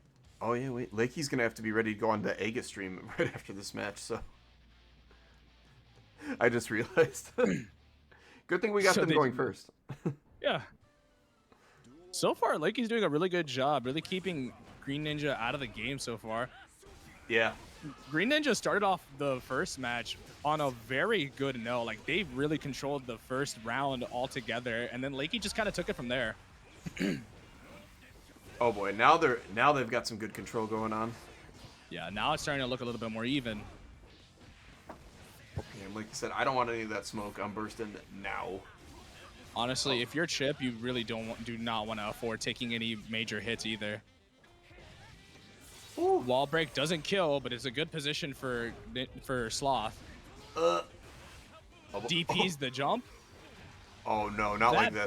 That backdash is criminal sometimes. Okay, but that works out for Lakey, so it didn't seem like much happened there. It's like, well, Lakey didn't win the round anyways. But look at the burst gauge. When Lakey got to that last pixel, they were at when they're at their pickle. The magic pickle. They were at 3/4 burst. Now they were at full, basically, when the round started. Yeah, which is not a bad situation to be in. It's like you start the next round like high and almighty. Every bit of burst counts. Great start. This should hurt really bad. Tries to like bait DP. I'm assuming that's what Lakey's plan is against Sloth, because they've been using P Mappa instead of K Mappa, which most of the time you're gonna be doing K Mappa in that situation anyway. Oh, one jab. Little bit of a shin, just catching his shins a little bit with a little bit of a toe jab. The one thing that's really rough for Chipp players is that it's really hard for them to build back burst in a timely fashion. Look at without dying. Yeah, that. Oh boy. Oh DPs. Tries to bait the burst again, but this time he got a little greedy. Uh-oh. Like he didn't believe. Oh, this is going to end up with the wall break. And just in time, too. All right. 3/4 burst left. That's probably enough for a deflect shield this round. Goes for the empty jump. Lakey able to block the overhead. YRC off the table. Now it's looking like a little bit of a scary situation for Sloth. Oh, that it looks like a jump when you're just waiting for anything to DP, but Lakey takes it 3-0 using the 2H to bait out a DP. And the worst part about that, right, is like if Sloth just like even if Sloth tried to do anything there, like DP was probably their safest option, but it still is a concerning situation to be in. 2H is such a very prominent button, like in Slayer's kit.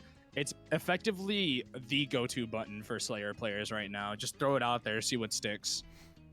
Yeah, because the thing is, so some people have pointed out some like Slayer. Oh wow, did they come in simultaneously? That's awesome. Good job, That's guys. the first time this happened. This is great. Slayer has their weaknesses, all the stuff, blah blah blah. And hey, Sloth, you're not out yet. You get to go to the loser side, and you'll play the winner of Riot and Kiet. So you get to play a Axl no matter what. Not bad news for a Chipp player. So we got MegaRura versus Purple. MegaRura won last week. Shoutouts to them, and shoutouts to Sweets Gaming, which I will get their Twitter in a minute. But yeah, will Purple be the chosen Sin? If I'm not mistaken, we had a Sin at the beginning of the tournament, so now we have another Sin in top 8. This is the one and the same. Yeah. Oh, the wall stick, unfortunate. That's going to build back basically the rest of that burst. Now, this dynamic is going to be very interesting because while I do think Sin's going to be very dominant and neutral, there is the underlying feeling of like just if MegaRura could just get a very good hit going into a knockdown, it's very much just set play city right there. Yeah, and we still have to condition, or we still have to contest with the fact that Kabari is like, or Hiragi, my mistake, is still in play. Catches the backdash with H Hiragi. Tries to bait the burst. Catches a burst for his troubles anyway. Great punish on the DP. Oh, looking like a little tug of war between the rounds so far. Nice, but MegaRura is going to come out with a lot more burst. The Yo Johnsons, you gotta look out for those. Oh boy. All right, now you're tethered. What are you gonna do here? Help. You call for help. This is death. This is just an unfortunate incident for Sin. First, he doesn't know where babies come from. Then he gets his ass whooped by Baiken. It's a troublesome situation altogether. Who does Mega play? I'm blind. Oh yeah, the Riot Kiet team kill is sad. Very unfortunate, but good news is we will get to see the Axl mirror. Truly a cultured match. So far, this match is, speaking of matches, like this is looking like a very even matchup thus far. Yeah, I'm honestly, both these characters do things that the other one hates. Like Sin's got the super DP, so during some of the tether pressure, you can DP out of it, and then same time Baiken has a nice parry that saves the conversion by using PRC. Very, very lucky on their part. Yeah, really good reaction. We hate the Axl mirror. The Axl mirror is the Axl mirror is so funny because you're just poking sticks at each other. But focusing on this match, yeah, it's kind of funny. You brought it up just now. It's a really good point. Like when you look at it, like in hindsight, both of these characters specialize in the very things that each other just kind of are weak at. Like Baiken really just struggles with the mid range, and cannot really get much from max range, whereas Sin just is amazing at getting those max range hits into conversions, whereas Baiken is really good at just mixing you, just really having some of the most suffocating mix in the game. If you can get the hit, whereas Sin's mix is more reactable and more based on conditioning you. Yeah, 100%. Both of these characters very strong defensively too. I love that Sin's a Scream Lord. We don't get too many Scream Lord characters nowadays, and it's just great that whenever Sin does like Hawkbreaker, it's just he just yells out the door, and it's just he says it with his chest. Uh-oh. Yeah, I love that. He just screams it with his entire heart, his entire chest. Too many characters just try to be like, you know, oh, you're finished. But like, no, I want a character who's just putting everything in it. I want a character who could just, like, I just kind of like I forget his name, but he's the old guy, punchy punch dude from Grand Blue. I forget his name. Oh, they had to. I was wrong. We had to switch that up. Punchy from Grand Blue. He's an old man with a waxy mustache, white and when you hair. do the install, he Yeah, he goes into Fundoshi install. yeah, Fundoshi install. Was it Soren? I'm not sure. Oh, what a parry! That sounds. Yeah. Right. Yeah. Oh, Soriz. There you go. Soriz. His name is Soriz. So yeah, Soriz. I love Soriz's whole dynamic. He's just an old man he's just a macho man. You love it. He's just a bro. And speaking of bros, bro, Sid is cooking right now. Try to bait the burst. A little greedy on their part, but you know, I don't blame them. I would rather overbait for burst because at a certain point you're gonna get it, and then you can just convert free willy, as opposed to you don't want to give MegaRura too much room. With JS, kind of a different situation than I'm used to. I've never seen Baiken players with JS into a empty jump.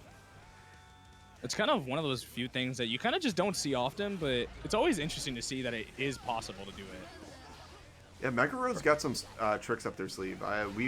Last week they were showing off some really strong conditioning, and this week they're showing some cool tech. So far, they're really good at kind of turning the tide. Right now, they're playing a very momentum-heavy game with Purple.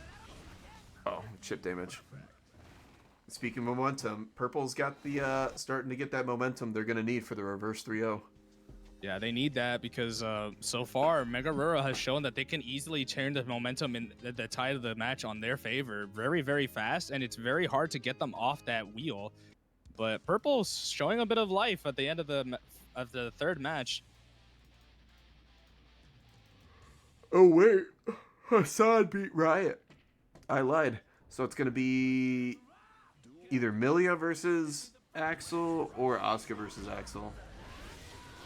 Nice 2S using his neutral to his advantage. Like that's just one of the things that Sin's just gotta be one of the most annoying characters for. Just his neutral is just so potent, and it leads to so much because of the way his stamina gauge works now versus what it did in season 2. Oh yeah, it is very smart decision to Purple RC, but you know, MegaRura just being very well aware of their surroundings at all times is just able to capitalize on the mistakes of Purple. Yeah, MegaRura had one eye straight up on the old calorie gauge. Ooh. You gotta punish that as soon as you can, and luckily Sin is fast enough to catch that, but doesn't get the close flash. Uh-oh, you're gonna regret that one.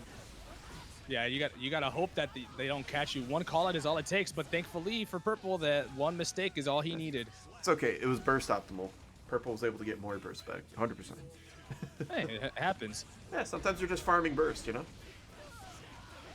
I'm pretty sure they had a far slash off, but somehow, Sin won that because of the delay in the hurtbox extension. Yeah. One of the few times where Baiken's far slash being faster is actually a mistake. And speaking of mistakes, oh, that's so unfortunate too, because I just saw the parry right at the end of that. Purple kicking it up a third gear. This is what they need. Oh, Kensei telling Mega to lock the fuck in. And Purple can't stop winning. It's true. Nah, if Kensei's telling you to lock in, you know you've got to lock in. You can't disappoint Father Kensei. All I'm saying is, ooh, Sonny's here. Hey, Sonny. How you doing? How you doing? Been a second. Fellas, is it neutral if my opponent bursts me into their win condition? All right, hold on. Goated. Hold on. You're getting a command. All right, nice round start with the Kabari. I mix those two up so often.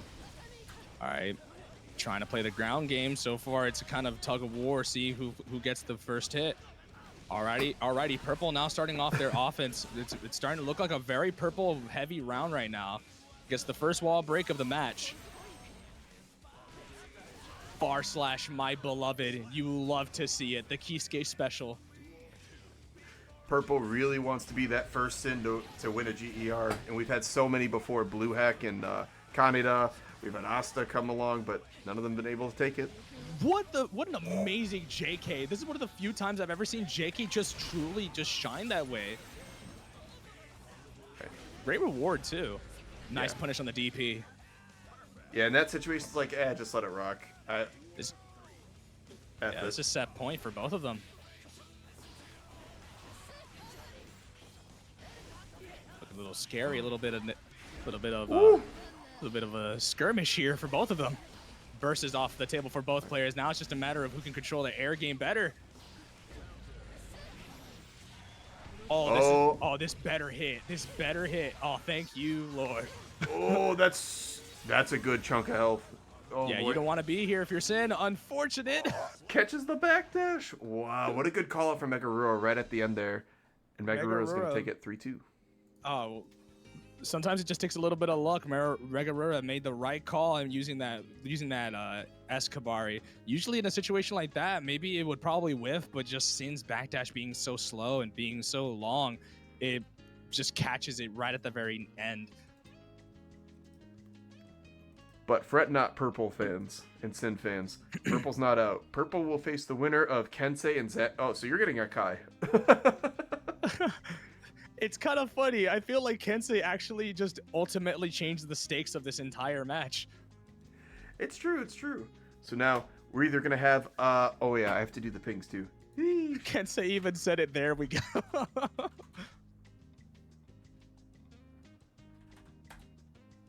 So much legacy knowledge. You have to know that El Macho goes by Hassan Gono Imposter. Yeah, in the, chat. Macho, yeah. I just call him Macho because to hell with calling them Hassan at this point. All right, Kiet's here, Macho's here. I'm gonna get Kensei coming around these parts, and for fun, we'll get Zabby on their way too. Yeah, and we talked about Sin a couple of times, but honestly, it's really crazy just the kind of changes that Sin has had. We talked about how strong they are as a character, but I don't think a lot of people really talk about, like, in retrospect, how much the character received in comparison to a lot of other characters. Like, this character received very minimal changes, like, for season 3. Yeah. Like all he got really was some quality of life changes, like some small changes here and there, some changes that made his stamina gauge not so expensive to use when he Karas. And just overall, they buffed some of the things that he was kind of struggling with, which is like his far slash, his ability to stagger pressure and things like that. He got good changes, but they're not overwhelming changes. But they benefit him in a major way. But that's not tier defining. The problem, however, lies with the system mechanics that then were introduced for season 3 that ultimately benefited him drastically. 100%. I almost typed Asuka. Name update is what they're saying. Yep. Don't worry, it's on its way. The pizzas are coming. Sweet. Yep. Cool. All right, we're going to have a zoner off. This is going to be a very interesting dynamic here. Which zoner is going to zone the best, or which zoner is going to push more? We kind of have an interesting dynamic because we have very flexible playstyles with both of these characters, actually. I think in this One more case, so than the Asuka's other. going to be the aggressor, for sure. Where Yeah, for sure. Axl just has too many good ways to not even clear cubes, but just interact with Asuka full screen if they try to play full screen cube game. Yeah, like Macho's gonna have to be a little bit more aggressive with their approach because of the way that Axl just functions as a whole. They just can kind of deal with cubes more effectively and without really any concern. Oh, there you go. You gotta get that match 2D back. of the gods. That is that man's 2D. Bursting him away, and this is gonna be a trade. Which actually ultimately screwed over Kiet, actually.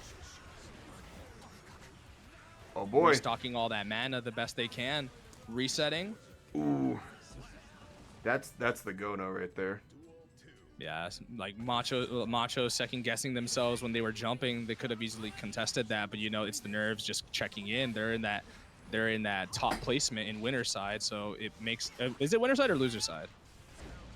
This is loser side, so whoever's out loses it out. Yeah, very high pressure situation, like high pressure, everything's not going your way. Axl's just kind of keeping you at bay. Yeah, there's a lot of nerves at play, but you know, Hassan Macho is not out yet. They still got plenty of life in them, and this is just early on. Sometimes those early mistakes could, you know, help you benefit later in the rounds.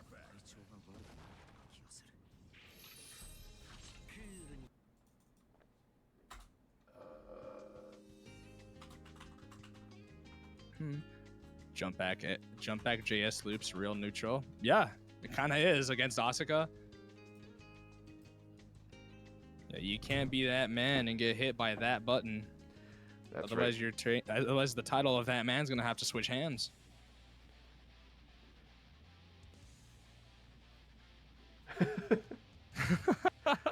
I just read that too. Yep. I can't pretend I don't agree. Yeah, I will say this. So the historical data here is Kiet's gotten 1 or 2 5th places before, and I think they've even gotten a 4th.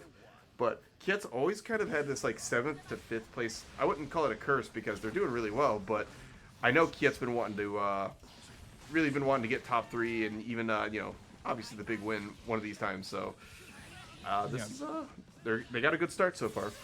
Yeah, just breaking the habit of just consistent placements. I mean, they're good placements. Don't get it twisted. But yeah, I get what you mean. Like you're just like so close yet so far. Every time you get to that one finish line, you just kind of another obstacle gets put in your path.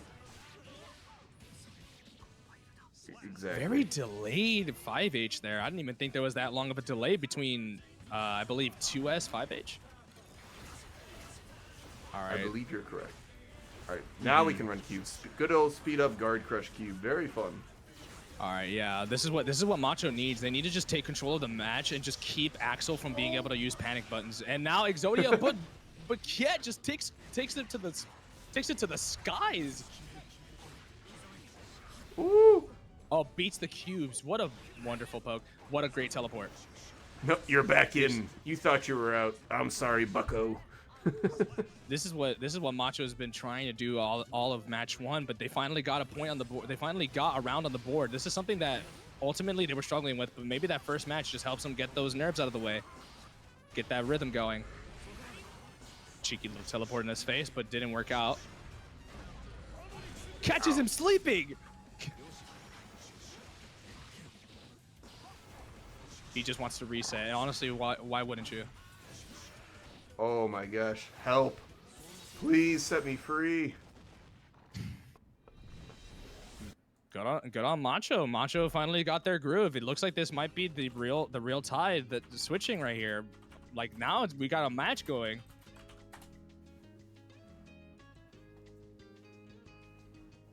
Also, I don't know if you have it installed, but I have the Yu-Gi-Oh mod where every time he does the card shuffle, he goes, "It's time to."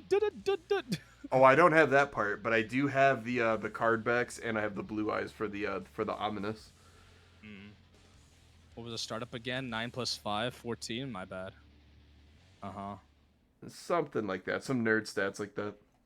Hold on, let me ask Taco. Taco, what's the startup on that? 9 + 5. Okay, got it. All right, thank you, Taco.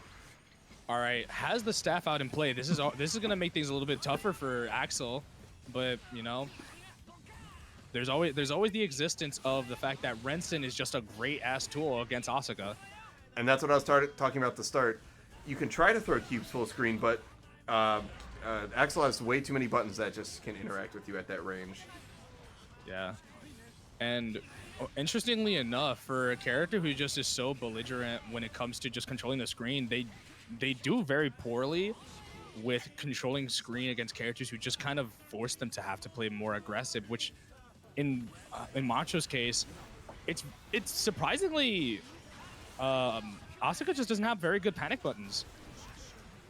Yeah, that's the thing. Asuka has a lot of actually like above average to pretty darn good buttons, but none of them are like top of class panic buttons.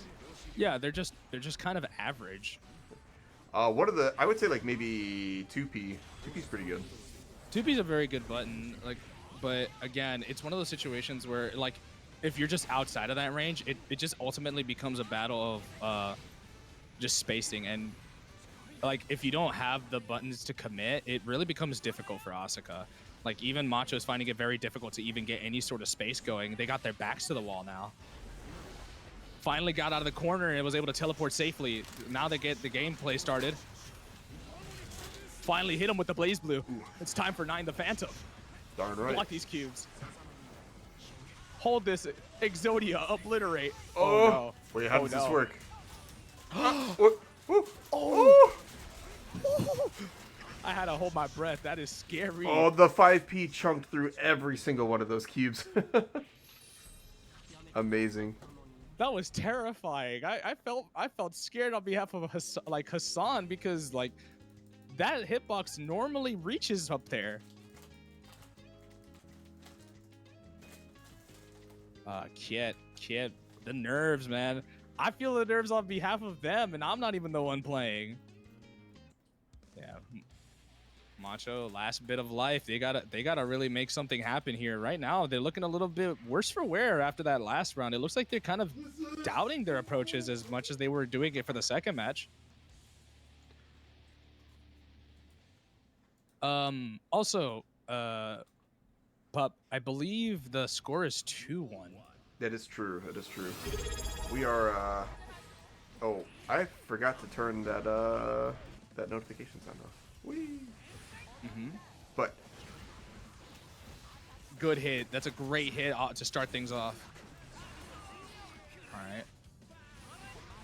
Like, I talked about it earlier with Riot, but like, in this situation, it seems like Macho's gonna have to like really make do with the little hits and just try to get as much reward as possible. But it's gonna be very difficult without any resources.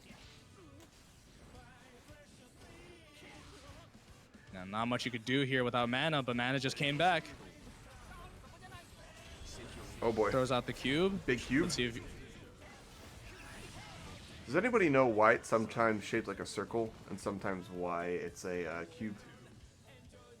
I think the answers are probably not going to be to our liking, if I'm honest. Like, Asuka is a very backwards individual.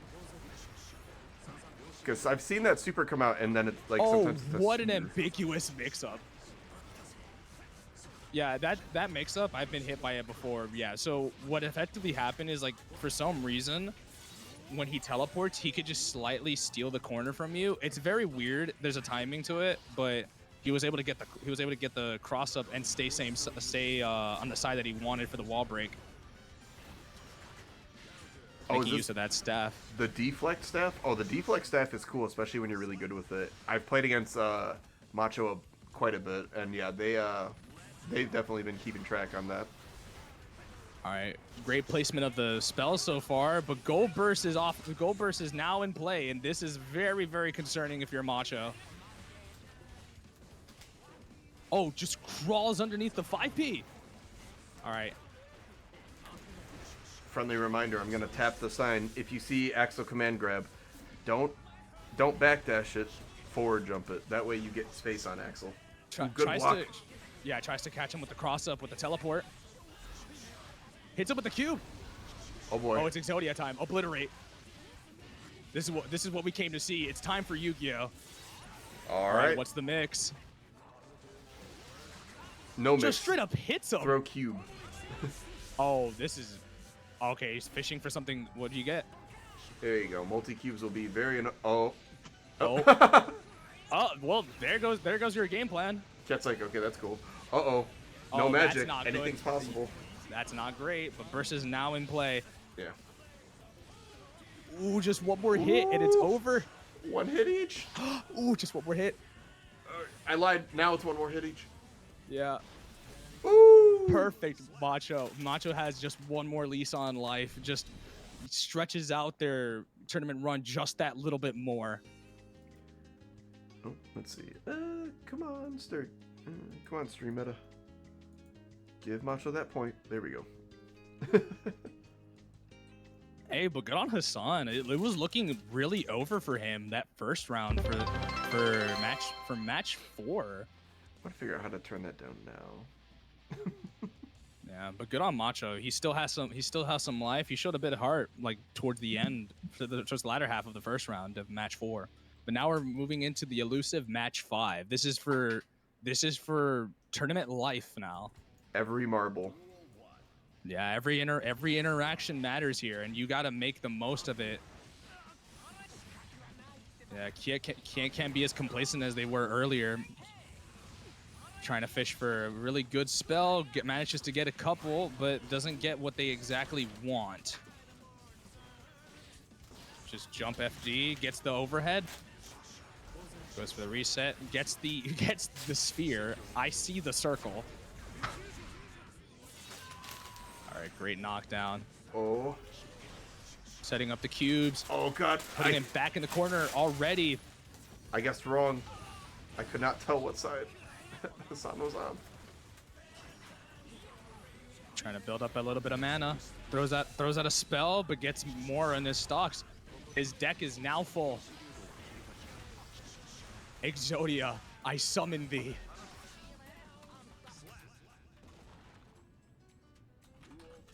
All right, this is for all the marbles.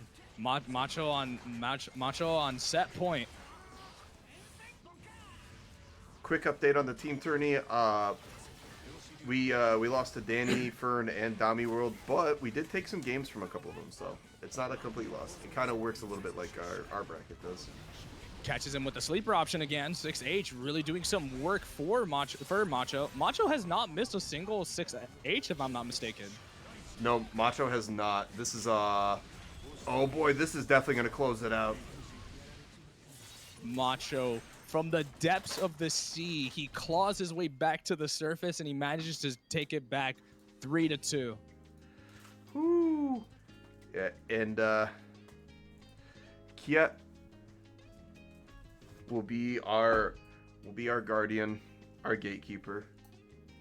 Hey man, Kiet did an amazing job. Kiet really had Macho just going for a very good chunk of the set. If anything, Macho looking a little bit in dread, like in more than half of the set. But Macho just not willing to quit and not willing to die. He wouldn't just lie down. He just would rather just run the set to its absolute conclusion. And honestly, congrats to Macho. That was a lot. That showed a lot of heart.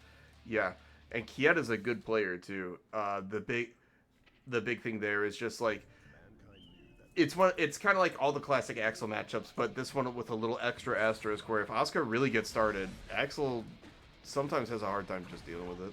But speaking of dealing with it, no matchup knowledge needed here. It is one and the same Kai on Kai action. The 6-4 matchup of the gods. And don't worry, the names will change in a second. Stream meta's delayed. Yeah, but so far we talked about these players earlier. I played against Xavi just recently. He was playing in Fight with Your Heart, so he decided to DQ just so he could play in this tournament. So he made it pretty far, but he's got to deal with the Godfather himself, Kensei. Kensei going with the Fudre arc, the non-overhead.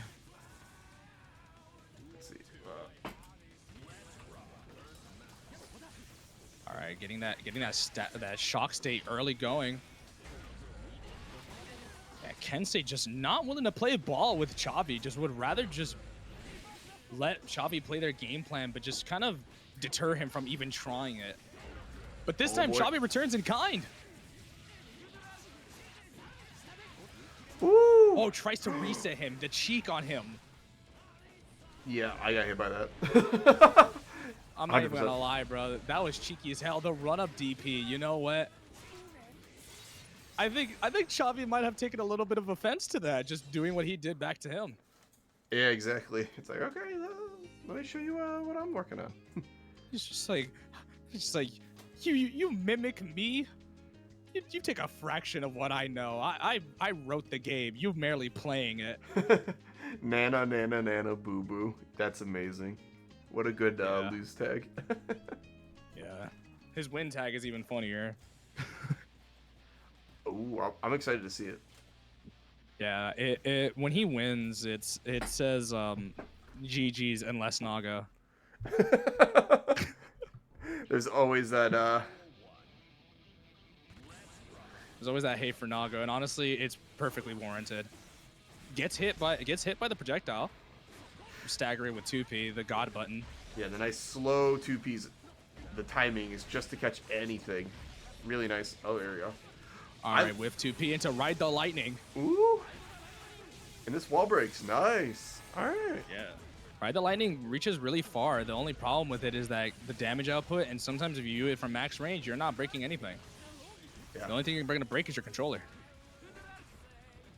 All right. And then, oh no, you're only Kai with your opponent in the corner. The poor Kai plays. Catches it with the Fuji arc. God, it's such a very funny like special move, because it's like people think it's such an underwhelming move until they get hit by it from in the air. Oh, Catches him with the stunt. Catches him with the scum dipper. Oh, hero burst. Will it work out? Kensei almost has the meter. All right, here we go.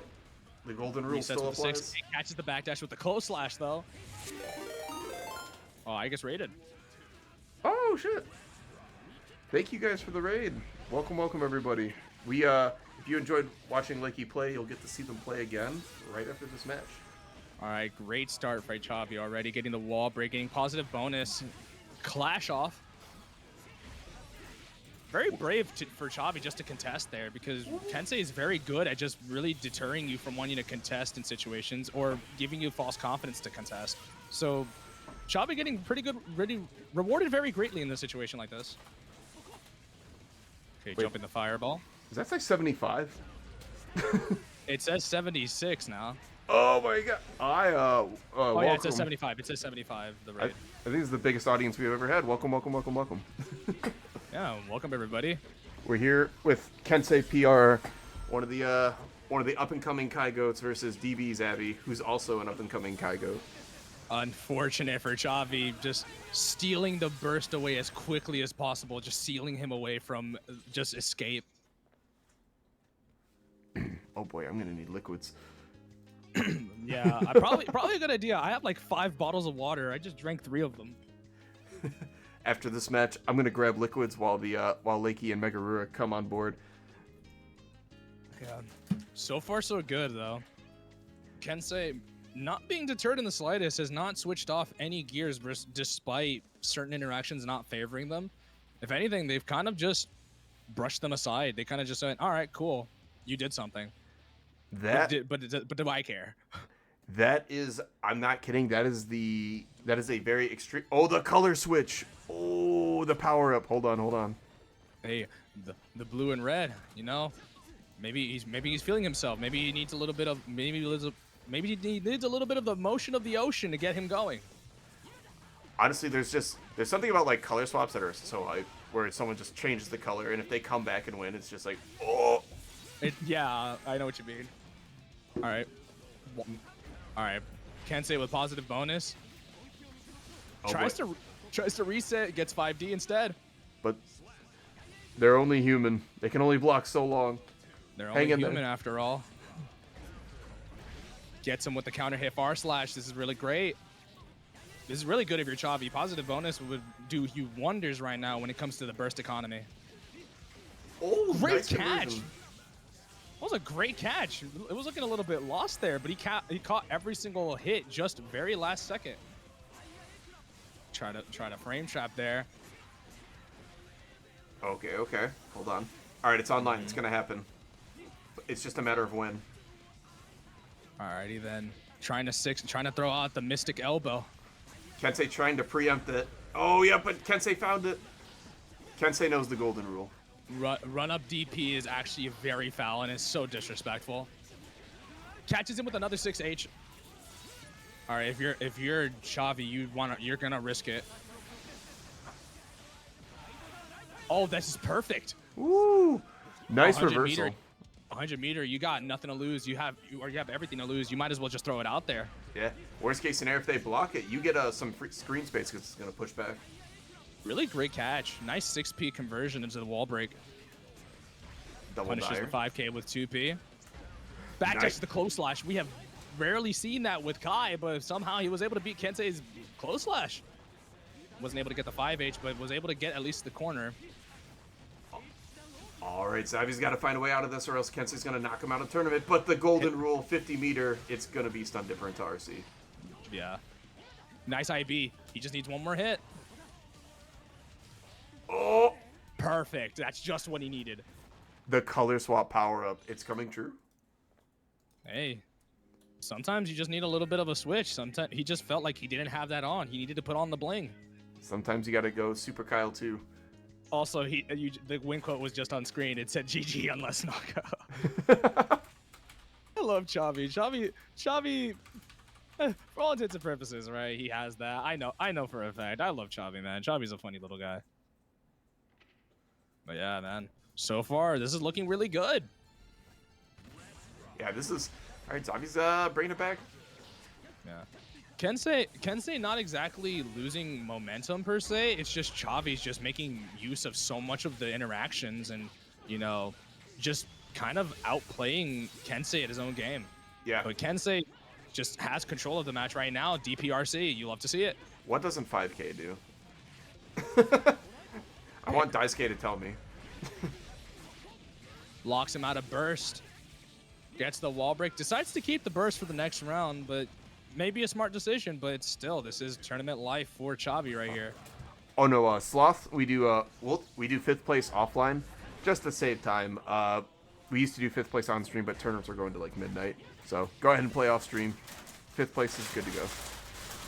All right, hit him with another counter hit close slash. This is very good for Chavi, but unfortunately didn't get the wall break. But here we get the pickup. Now Kensei needed that, but that's the thing. Look at the burst gauges. Kensei's starting off with a full stick of burst, and in this matchup that means so much because Wild Assault's so good on Kai. Really important in this matchup in a game of just absolutely strong fundamentals and great with normals. That burst gauge is very important, but burst gauge is off the table for both these players. But Kensei with the resource management. Ooh, nice IB. Catches the backdash with close slash. Time to ride the lightning. Oh. I have the Metallica ride the lightning riff in that. That's nice. Blocks the 5D. Oh, wait, this is looking good. enough? This is looking great. This is enough. Hold on, one baited DP. No! I made it come to life. No! Oh no! He drops. The drop. Oh my god. We're going to game 5. That had to be a misinput. It had to be. Even He better, must have- Kensei has some kind of wild, wacky dash cancel DP nonsense that us mortals No, I can't think I know fathom. what happened. I think he tried to Sacred Edge and he got a DP input instead. Oh, you're right. Cause yeah, and that was yeah, because that was heavy. That was heavy DP. Mm-hmm. Oh my god. I could be wrong because I don't know the input of Sacred Edge, but that was very harsh. You know, this is where like fighting game tournaments, like the FGC is just well known for its like legacy. You never know. You can never drop your controller. You've got to be locked in for the rest of the set. You never know when luck might play a factor, and Chavi needed that. Now Kensei absolutely cannot be complacent here. He had an immense lead. Now that lead is gone.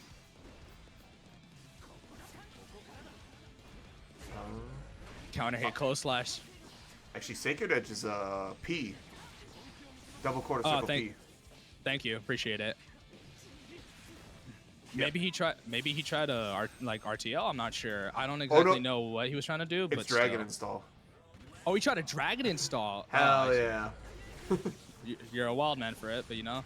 It's a new spin on the Dragon Install into into round loss. But Xavi, it's got to take this one or else it's going to be tournament over. Chavi's got to really take note of what's been working so far. It goes with the Chicago punish, unfortunately. Chicago. I love that. I love that. This, if you haven't looked it up, chat, please look it up. It's a great fucking term. All right, tries to bait out a fuzzy block. JD just beating out the BRC. Tries to strike throw him, but Chavi just really well aware. Not killing though. Manages to get him with Chipp though. Tournament life for both of these players. This is looking really tense. Oh my god, that's actually on the glossary. All right, great. Gets the knockdown. He gets him with the 2P though. Ooh. I kind of like that because Kensei's really going to need some positive bonus to get the resource game back in his favor. Okay, yeah, he had to burst there. 6P though. One hit will Blocks do the it. 5D. Your defense has got to be on point. Gets him with a counter hit. JS, he's starting to really believe in this. Misses the 5D. Had to RC to make it safe. Oh, but the And golden it's rule. over. Slid in his DMs and said, "Was good."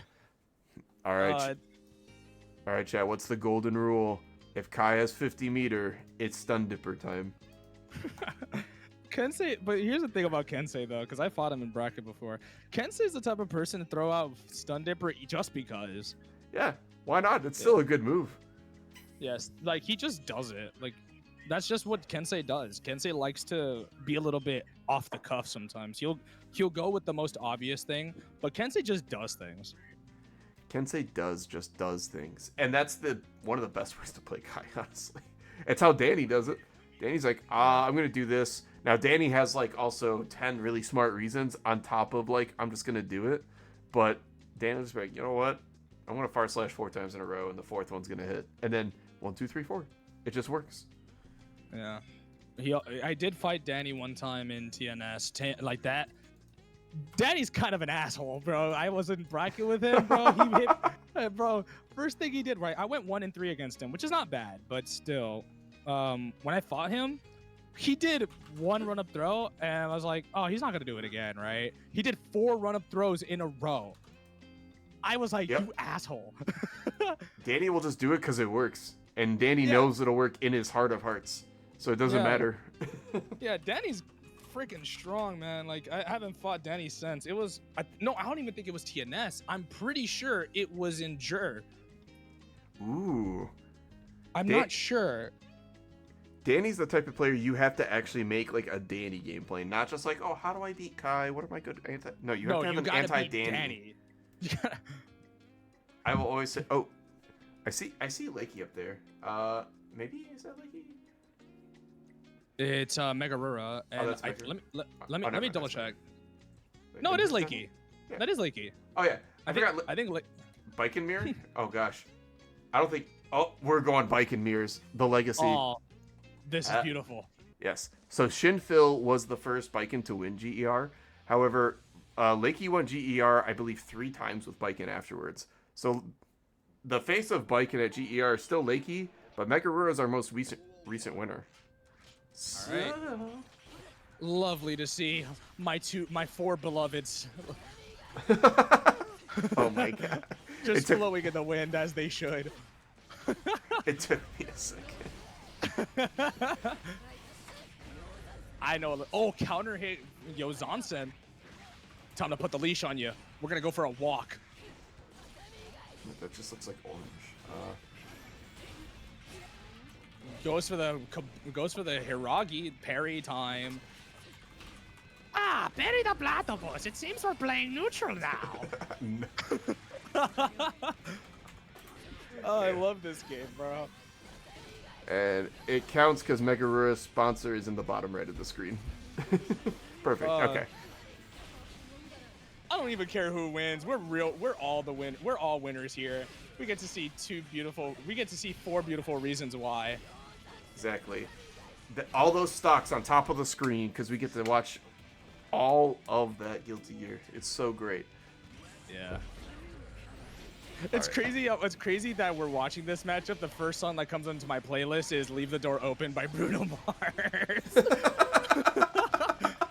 Hell yeah. You know what? Me too, Bruno. Me too. Bruno gets it.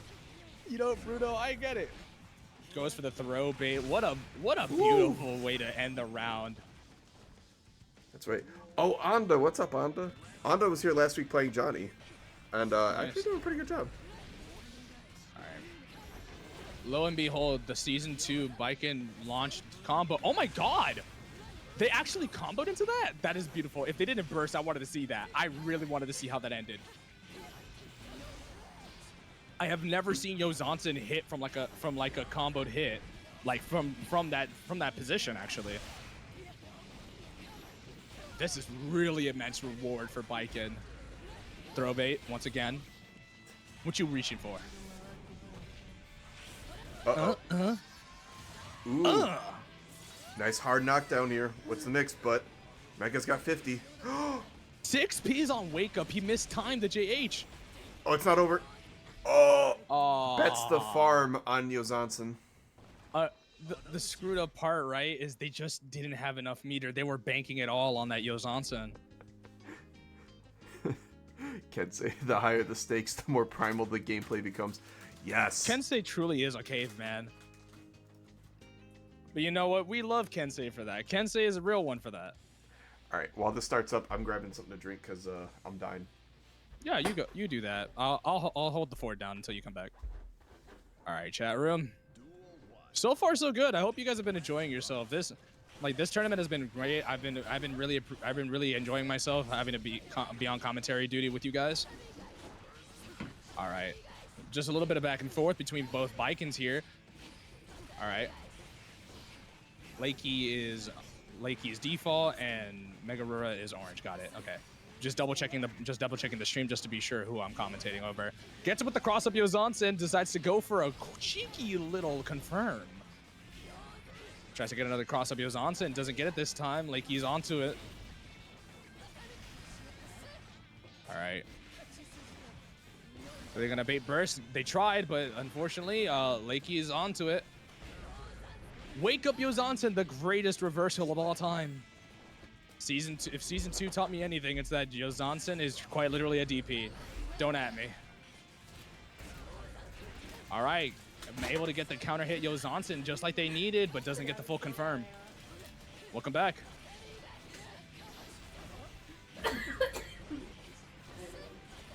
Alrighty then. Nice A.B.A is able to keep that space just to keep Lakey in the corner.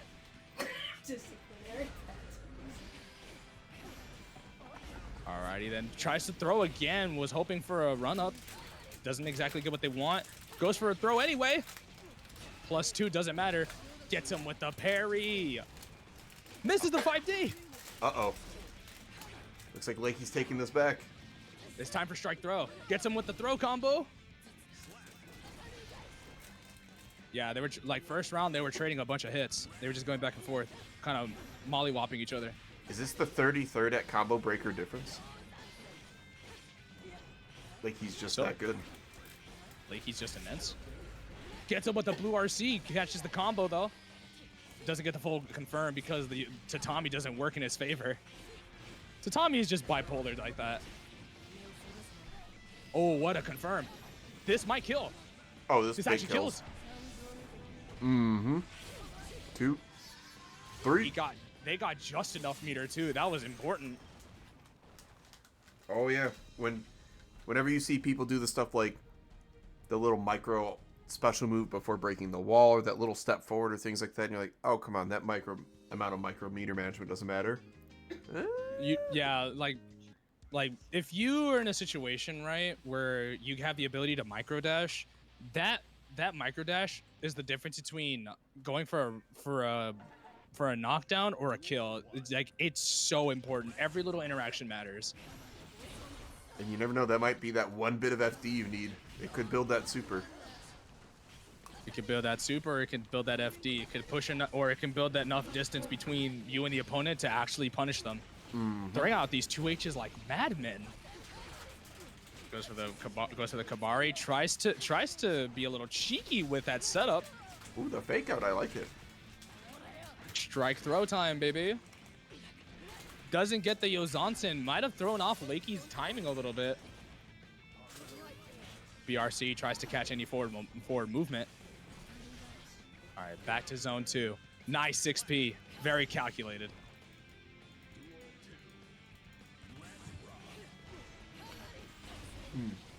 All right.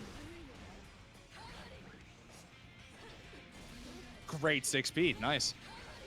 These guys just know each other so well. They know each other's characters very, very well. Given they're playing the same character, I know, but you know, some people. No, yeah. You'd be surprised. I almost joked that. Did Lakey practice their tether combos? Because I always say that when another character hits Baiken when the tether's on. Like, all right, do they know their tether combo? Yeah, I think it's one of those things where it's like you truly know a Baiken tactician or a Baiken master when you start to notice how well they use the tether.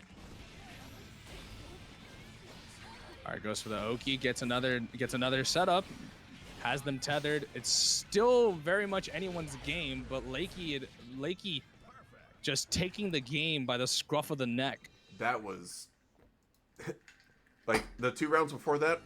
You know, pretty balanced, pretty, you know, back and forth. That last round right there was just like, oh, this is what happens when you get a ton of momentum on your side. Yeah, Lakey just dominating the entirety of that second half. Mm-hmm.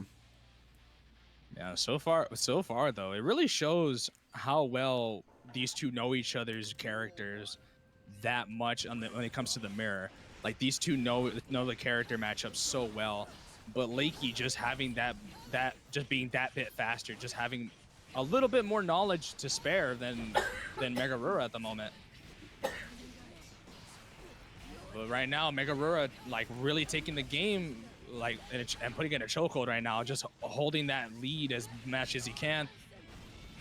Or they can, my mistake. I don't know their gender orientation. I do apologize. Just to answer back, MegaRura, perfect sum right back. And I'll see if I can find that out. What a contest! What a point of contention! I can't English, but like, I have never seen someone contest a tatami setup with 5P before, let alone with Baiken.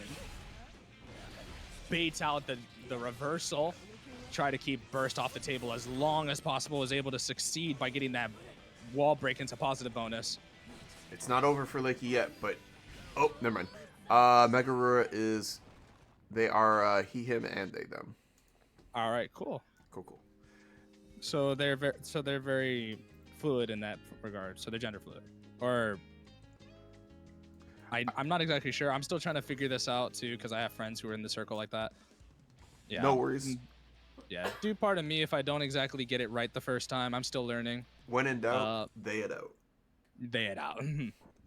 but so far so good. Even on both ends.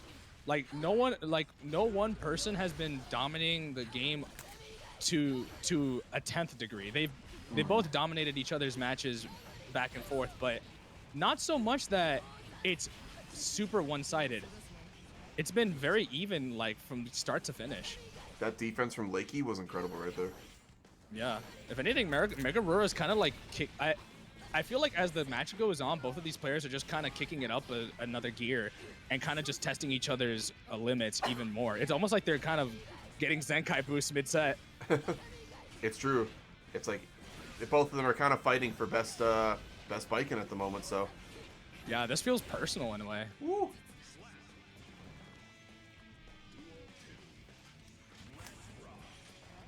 Honestly, this kind of feels like a match of pride rather than result.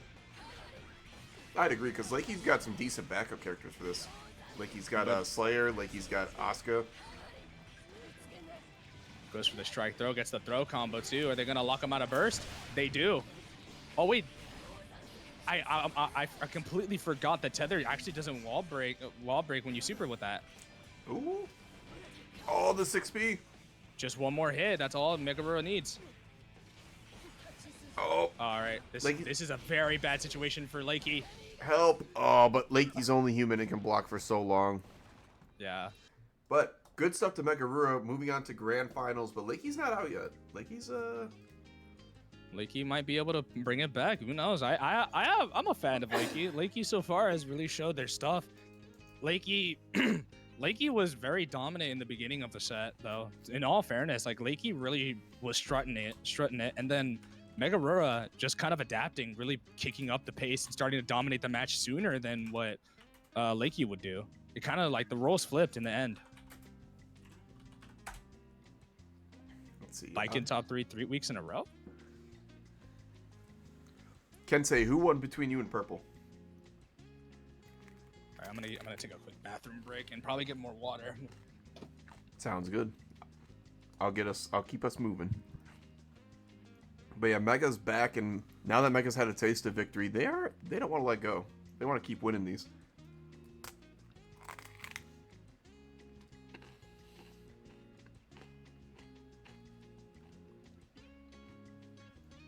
Kensei, you've been around the block. Well, you might as well come on stream now. Alright, get in here. Normally no, but I mean, if we're gonna... We could either wait for the match or we can watch the match. Hell yeah, Sloth, let it rip. Actually, Sloth, if you win, you join a very elite group. Kuya D was our first Chipp winner. I think GER number 3 or 4 or 5. One of the first, like, 6 GERs. And then DM Danny a few, probably about 10 GERs ago. So, spark up, Sloth, I believe. GLHF. I'm just going to put, however, as fair compensation, I'm just going to put the player names as just for a minute. I have returned and I'm ready for the father-son matchup. Yes. It's like, well, they didn't play off stream, so F it. We're streaming a top 5 match. Screw it.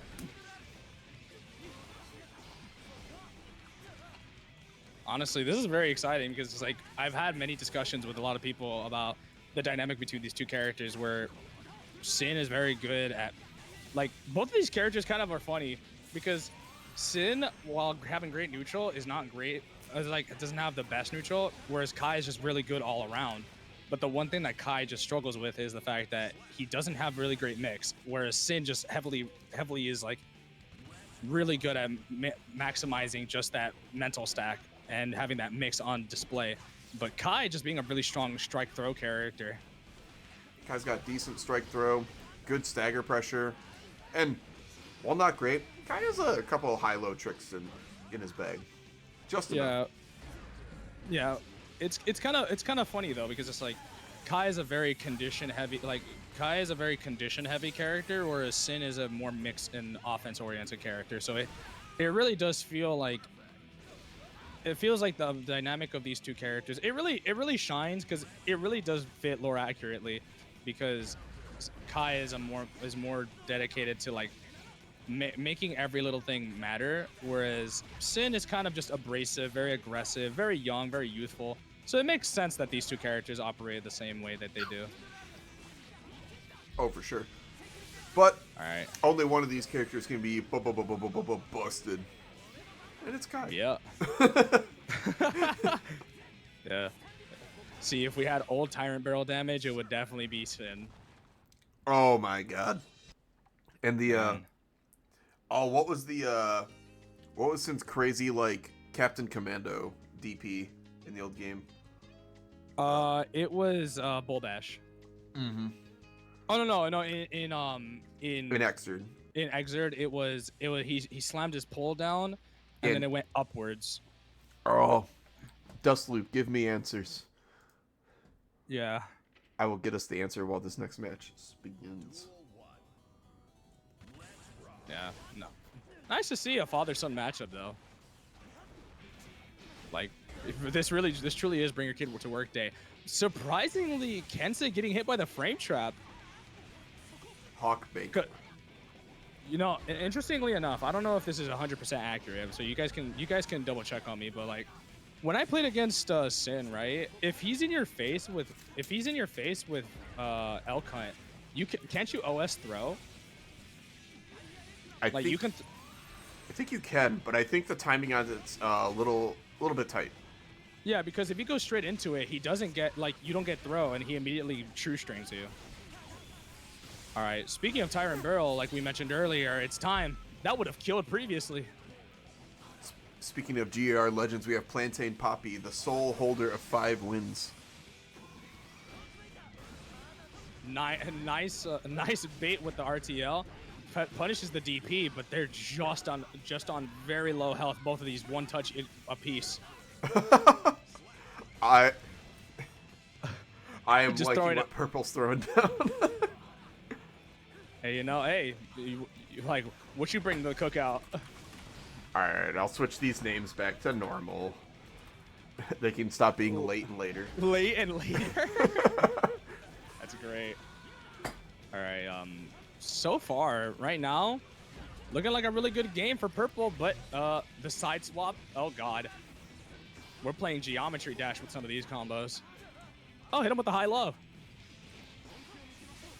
Setting up the shock state, blocks the YRC. This is not good for purple, but luckily the wall broke really early. All right, hold forward. Ooh, Kensei knows. Kensei knows. So there's actually, it's not like a new part of Guilty Gear Theory. People are trying out in those situations where your opponent has low burst but positive bonus, and you have almost no health and like a big burst advantage. You just hold forward if you have another round to go, because then they start the next round with no burst, and then you start the round with tons of burst. And it's one of those things where it's like my low chance of coming back is just going to build them tons of burst if I wait and use it all. Yes, it's like you want to be the aggressor in that situation then. Mm-hmm. All right, DPRC. Ooh, nice confirm. Bip, bip. Yeah. Honestly, I need to start being mindful of that if I do it too, because I know when I'm low, I don't like to approach, because why would I? But that does seem like a very palpable reason why people don't tend to do that. But some people are very deranged. Some people will just run at you even if they're at a deficit. Kensei is one of them. But, you know, since we're talking about the man, Kensei right now is up 2-0, if I'm not mistaken. Yes. That sounds Starting about right. off the round with an air throw, you are a mad lad. Gets the counter hit off the beak driver follow-up. Now, no one's a bigger Baits out the Kensei fan DP. than me, but I do really want to see us Sin win one of these. I just want Sin to do well, but I also don't want Sin to do well. No, actually, Sin, like, I know Sin is like I'm gonna sound biased because like that character is free to me, and like the Nago Sin matchup is miserable for Sin players, but I really don't think Sin is that crazy a character anyway. No. Like, goes to the gold burst, banking it all on that shmoney, DP's the gap. I mean, Sin starts off with 2.5 RCs. Imagine if your character started off with 6. That'd be wild. Tries to cash out, goes for the kill, RTL to start it all. Oh, all right. Oh, here we go. The pickup. Yeah. Yep, forces the burst. Smart decision to get the burst. Nice. All right, purple's on the board. They started this reverse 3-0 earlier against MegaRura. Yeah. Now they're starting another one right here against Kensei. Mm-hmm. Let's see. Let me look Right, at the you bracket cooked? real fast. Let me look at the bracket. So we're in losers quarters right now. Wait, All Rain, right. did you guys beat SQ?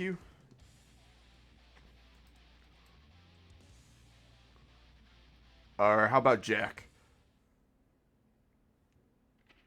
Right. Yeah, all right, you took games. That's what we like to hear. Hell yeah. You took games off Tempest? That's the big win. Let's fucking go. Tempest is actually a deranged. I fought them round 1 in the ladder tournament for J-Eazy's cold shoulder clash. They just kept doing shit in front of my face. They kept twerking on me.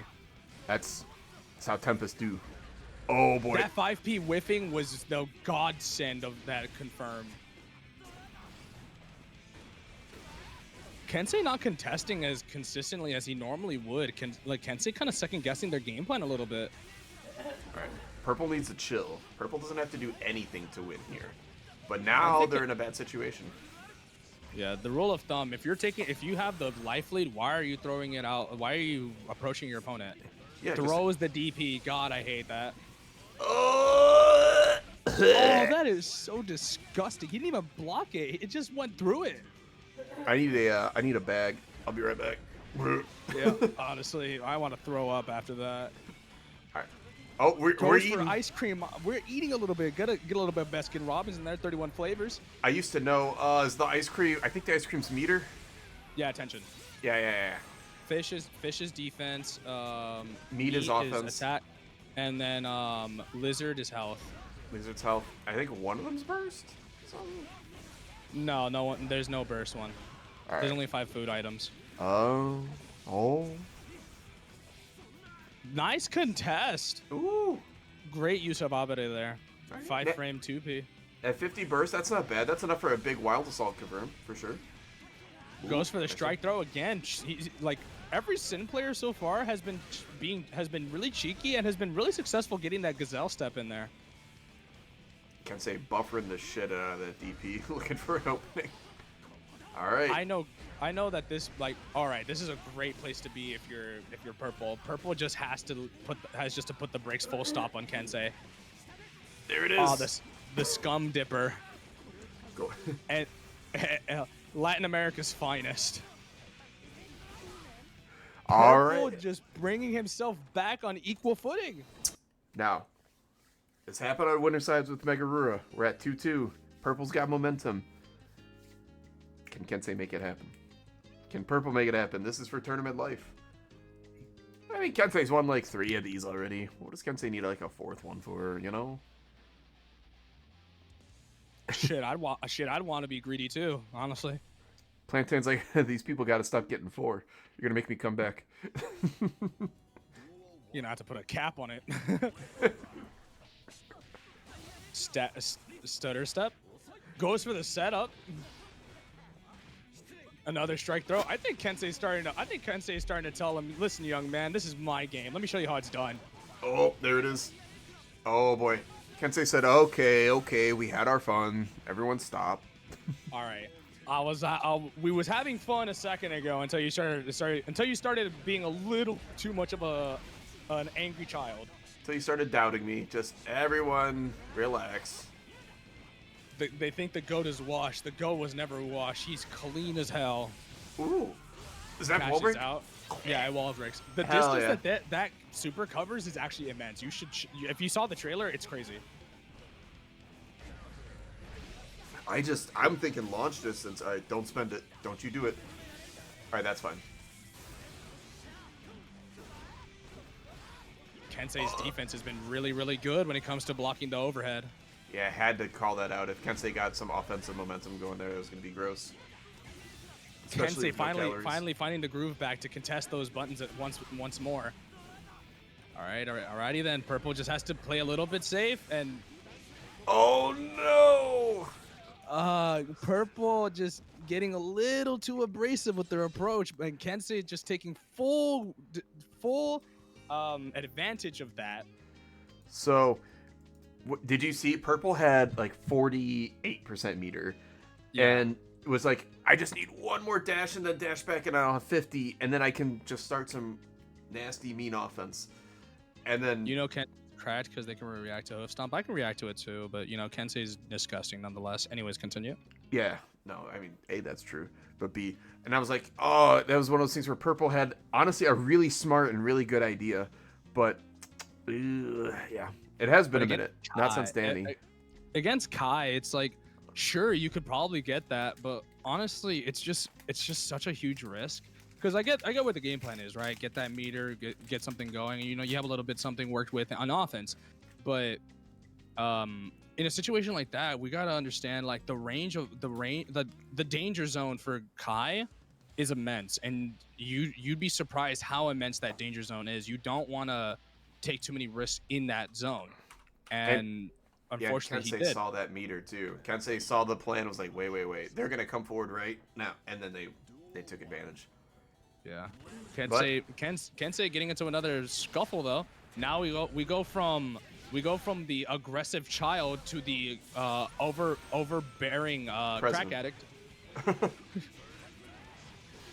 Yeah, former crack addict, mind you. He was a former drug dealer, crack addict. Yeah, backdashes the throw. A little bit crazy there, but right now we talk about resource economy. Sloth right now leading the charge with resources at the moment. Okay. For a second, I thought I was worried. And yeah, you know what, Purple? Real quick, Purple, really good games. I don't think I've seen you either in a while or before, so thank you for coming out, and I really hope you come back either next week or the week after. Yeah, like if there's any consolation to you that you played amazing, you played well, your matches were entertaining, you can pat yourself on the back. You made one hell of a run. You give All me right, hope now- that the Sims will get the win. Anyways, speaking of winning, Doesn't get catching the backdash. You don't want to backdash those children. that was gross. This character is. How do you react to Sin? I mean, not Sin. Chipp. You don't. You guess. Who thought in the dev room? Who decided to give this character that fuck ass stun dipper? I'm Daisuke. sorry, Daisuke. Screw you, Daisuke. You give too many. So many characters have stun dippers now. I hate it here. Daisuke and the devs were just chilling, having some Dos Equis, just hanging out, having a good time, and they were like, you know what? What if Kai like zipped forward but like dodged most moves and then was just a knockdown? That'd be sick. What if we gave stun dipper, but it combos? Ooh. On G season 3. Oh, that JD buff going the extra mile for that confirmed. If previously that would have just been a knockdown, but that JD buff really doing a lot of favors for Sloth. Great burst. That positive bonus would not have been helpful against Sloth. Sloth just ran Kensei down an entire screen length. I mean, why wouldn't you? You're a ninja, bro. Who won game one? Game 1 was Kensei. Okay. I believe so. I believe it was Kensei, yeah. Chat, let me know if we're wrong. Yeah, just make sure. Yep. Alrighty then. Starting off very fast pace. You know, Sloth just getting themselves in there. Oh, Sloth won the first game. Okay, Sloth won first game. Oh, that's right. I remember the finisher. Yep. Okay. Yeah. Try to DP, but you know, throws. Finally, Kensei hits someone with that. Only villains do that, Kensei. Nah, I'm gonna try that. Wait, did someone just get redeemed first? Like hours into the stream? Walter, that's amazing. Let's go, Walter. Hey. Let's go. Somebody redeemed it. I'm surprised nobody redeemed it for the last 3 hours. I know. I'm like, what the heck? You know what? I have an idea. Mm-hmm. This is gonna work.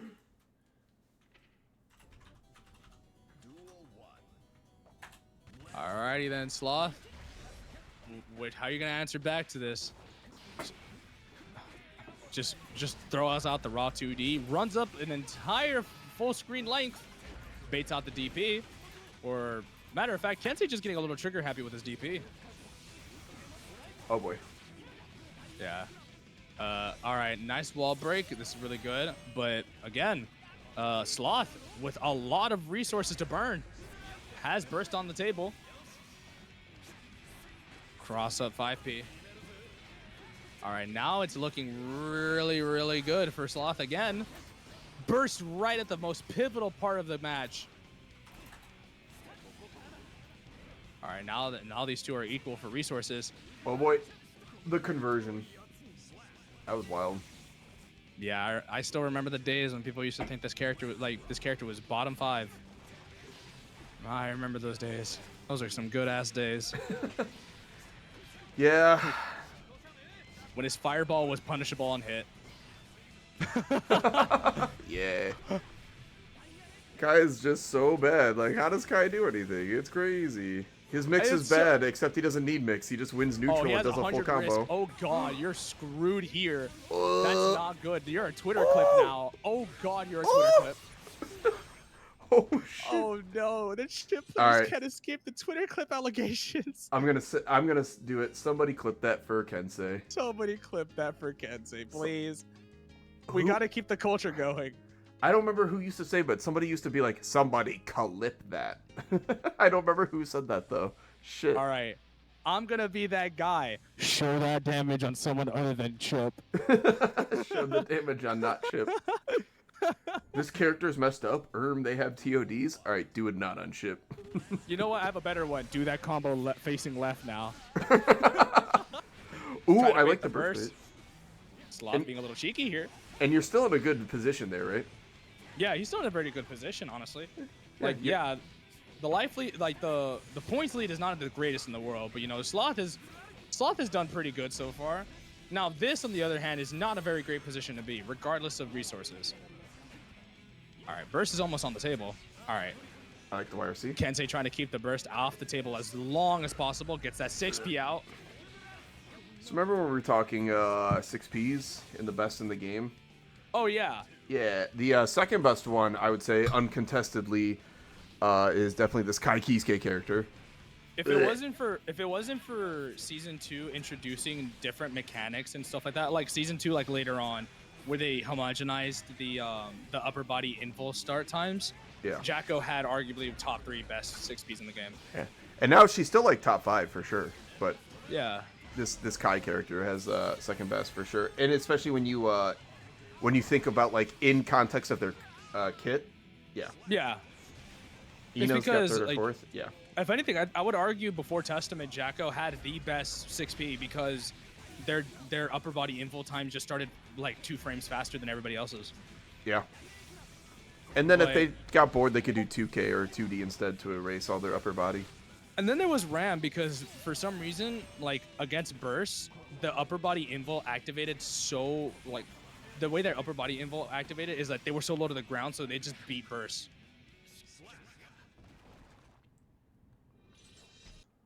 Yeah. Yeah. Kudos to Kensei, man, just strutting his stuff once more, Woo. making his way all the way to the upper echelons of this bracket. Yeah, and you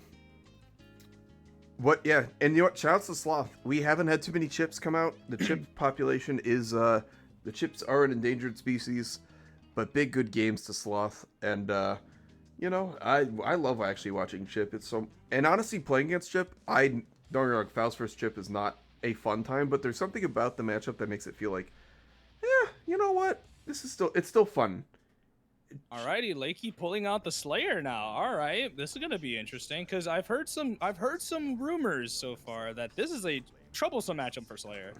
This is a pesky Slayer. I ran into this Slayer in tower, and I'm like, and I was feeling myself. I'd beaten like 5 other Slayers, including 1 or 2 decent ones in a row. I was like, hey, I am the Slayer. This is great. And then Lakey comes up like, oh, hey, it's the tournament guy. Cool, let me play them. And then they beat me to death.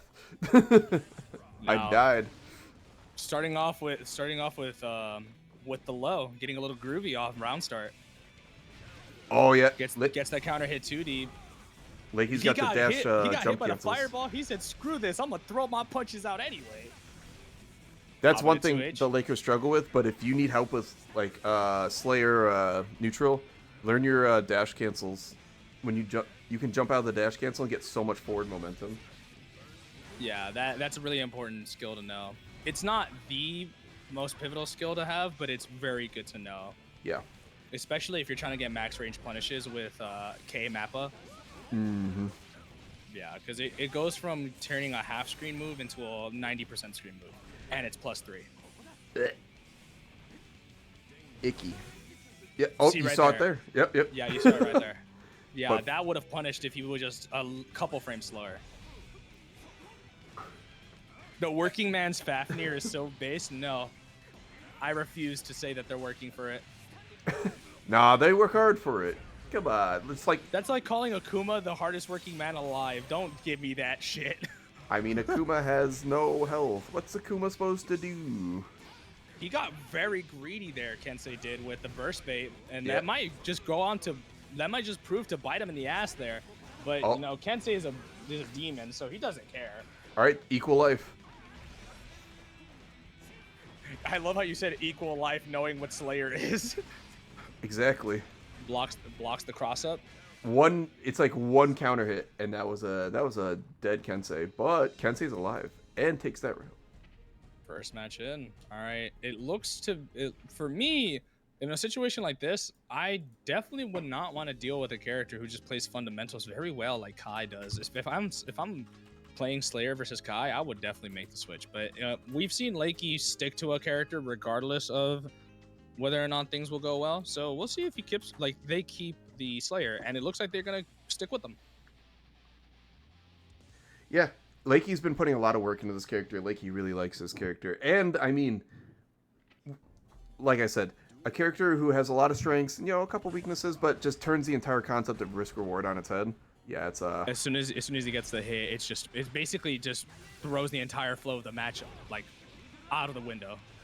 This is a Looney Tunes character. This is a cartoon character. And that's saying a lot. You play Faust. Yeah, no, my character is a Looney Tunes character by, like, design. This is a Looney Tunes character by, like, nature. Just the idea, like, I have, like, +4 normal buttons. Why not? And I'm like, okay. Fair enough. Yeah, he needs it. Right. Oh, yeah, you do not want to take a hit even on block. Oh, tried to go through. Yeah, I think the only thing that's really keeping this character on the ground so far with, like, Slayer is the fact that his backdash is pretty mediocre at the moment. Yeah, and that's one of those things, like, I mean, even when Chipp had the worst backdash ever. Gets the throw off Master's Hammer. Blue Hat got second here, so or not Chipp, Sim. Whoops. Baits out the DP. Oh, boy. Really smart on Lakey's side. I'm very surprised they didn't wall stick. Didn't get the punish, but it was really, really close. Does the super? Big punch. Oh, he killed. This is what I mean, Chad. Like, the moment he gets one good hit in, it just kind of turns risk reward and the flow of the game on its head, just like Sun Puppy did over here. All right. Imagine if Mappa Hunch went through projectiles. God, that would be so miserable. Hit him with the late active frames of Fujiri arc. Oh, Sun Puppy, you still there? Yeah. I'm doing a prediction real quick. Got it. Gotcha. Doesn't get the confirm, doesn't get the pickup.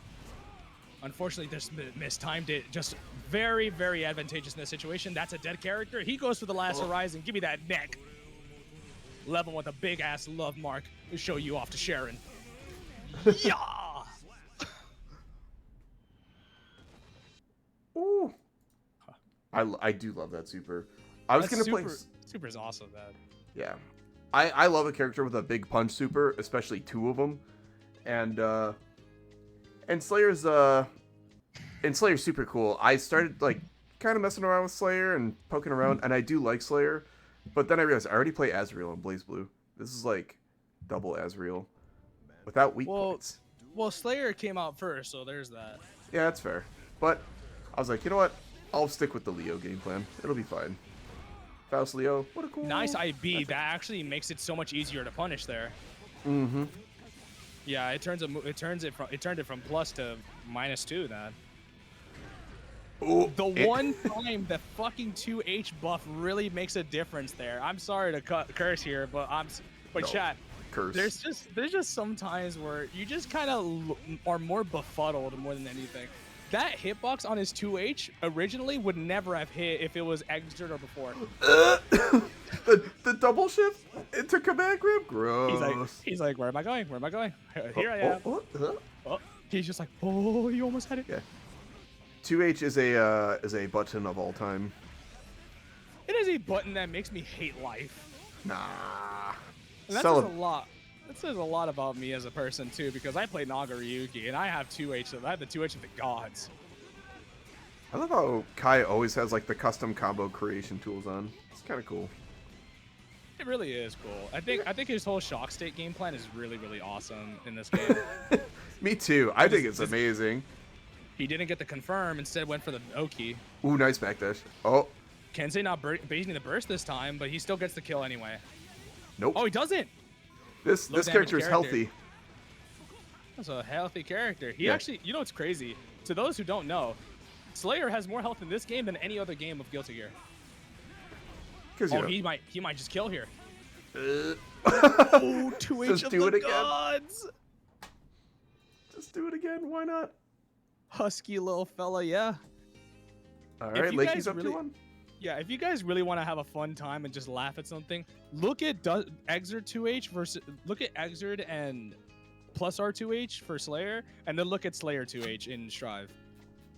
You'll have an absolute field day looking at those. All right, I gotta see this because I know it was like decent in those games, but like No, curious. it's bigger here. It's bigger here. I know that's the It's crazy part. The hitbox reaches to his waist, like around, like his entire waist down is a hitbox, and then it hits further horizontally. Oh yeah, look at this thing.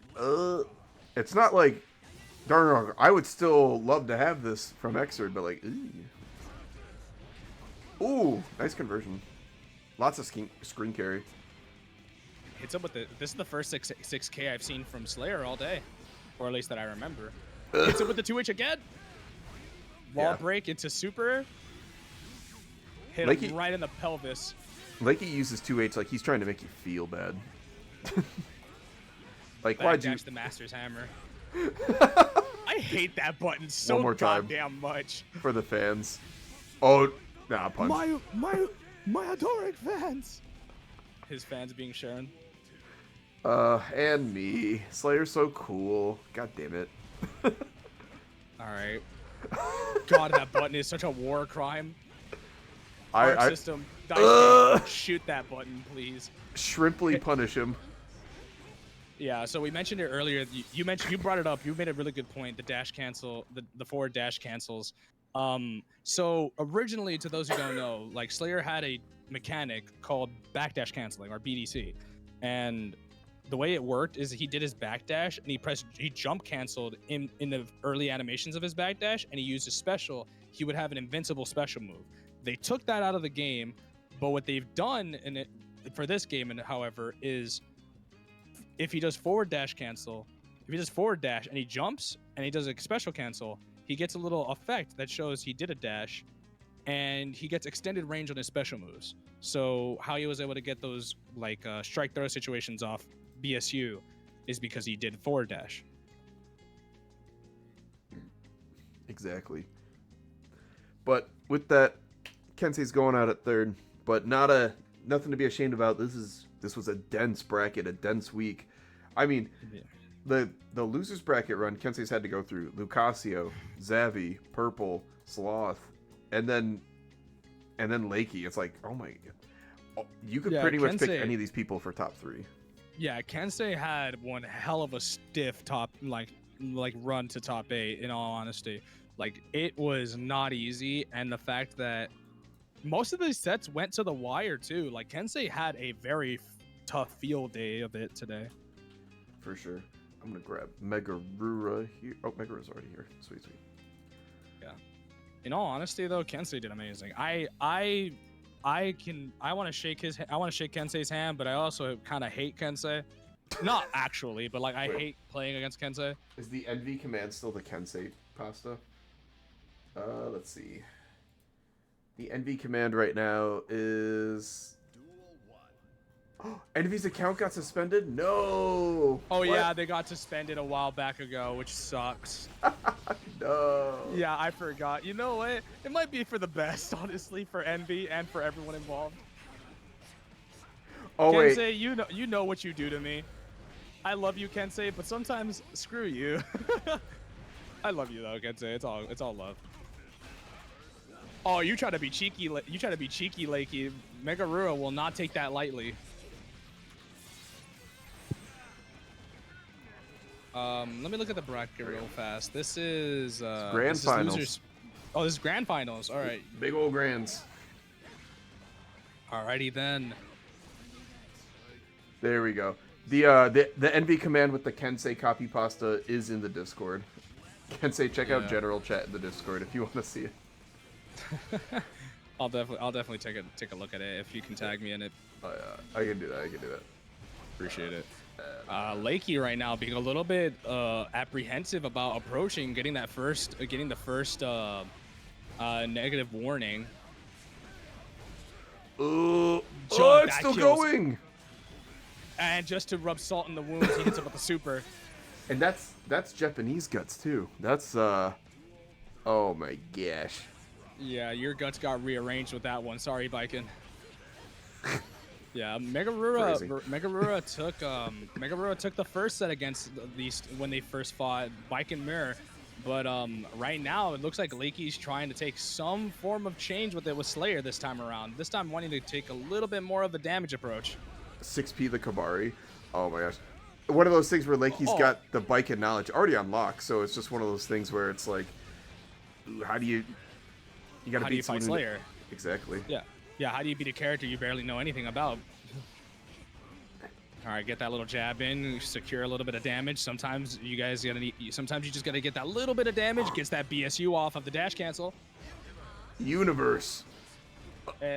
Luckily for MegaRura, doesn't exactly get the hit necessary. Was that a backdash? It looked like one. Oh no! The miss! No! Oh, this might kill. This is actually gonna kill. This is gonna kill off of that one mistake.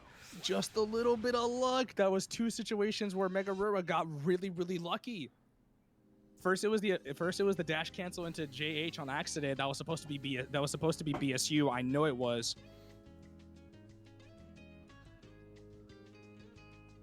And then it led to the punish situation that Lakey unfortunately just fumbled. Yeah, MegaRura getting really lucky in this bracket. MegaRura's been getting really lucky. Go no shush. Yeah, let's hope like MegaRura gonna have to hope and pray to Lady Luck that she stays really faithful to them. Nice Kara into Kabari. Gets the overhead. Doesn't go for the full confirm, instead keeps the corner. Ooh, nice 6P. Yeah, Slayer's also got a juicy 6P as well to add on to those strengths. I mean, it's all right. I mean, what it leads to isn't exactly the greatest, but it's a decent 6-speed it's serviceable, to be honest. Yeah. Slayer has Mega. Ooh. That's Good nice idea that to YRC. YRC clears the universe state. Noted. Yeah. Well. Yeah. If they block, I think if they block period or they get hit, they basically goes away. Start off with the 6-speed, doesn't lead to anything. Now he's tethered.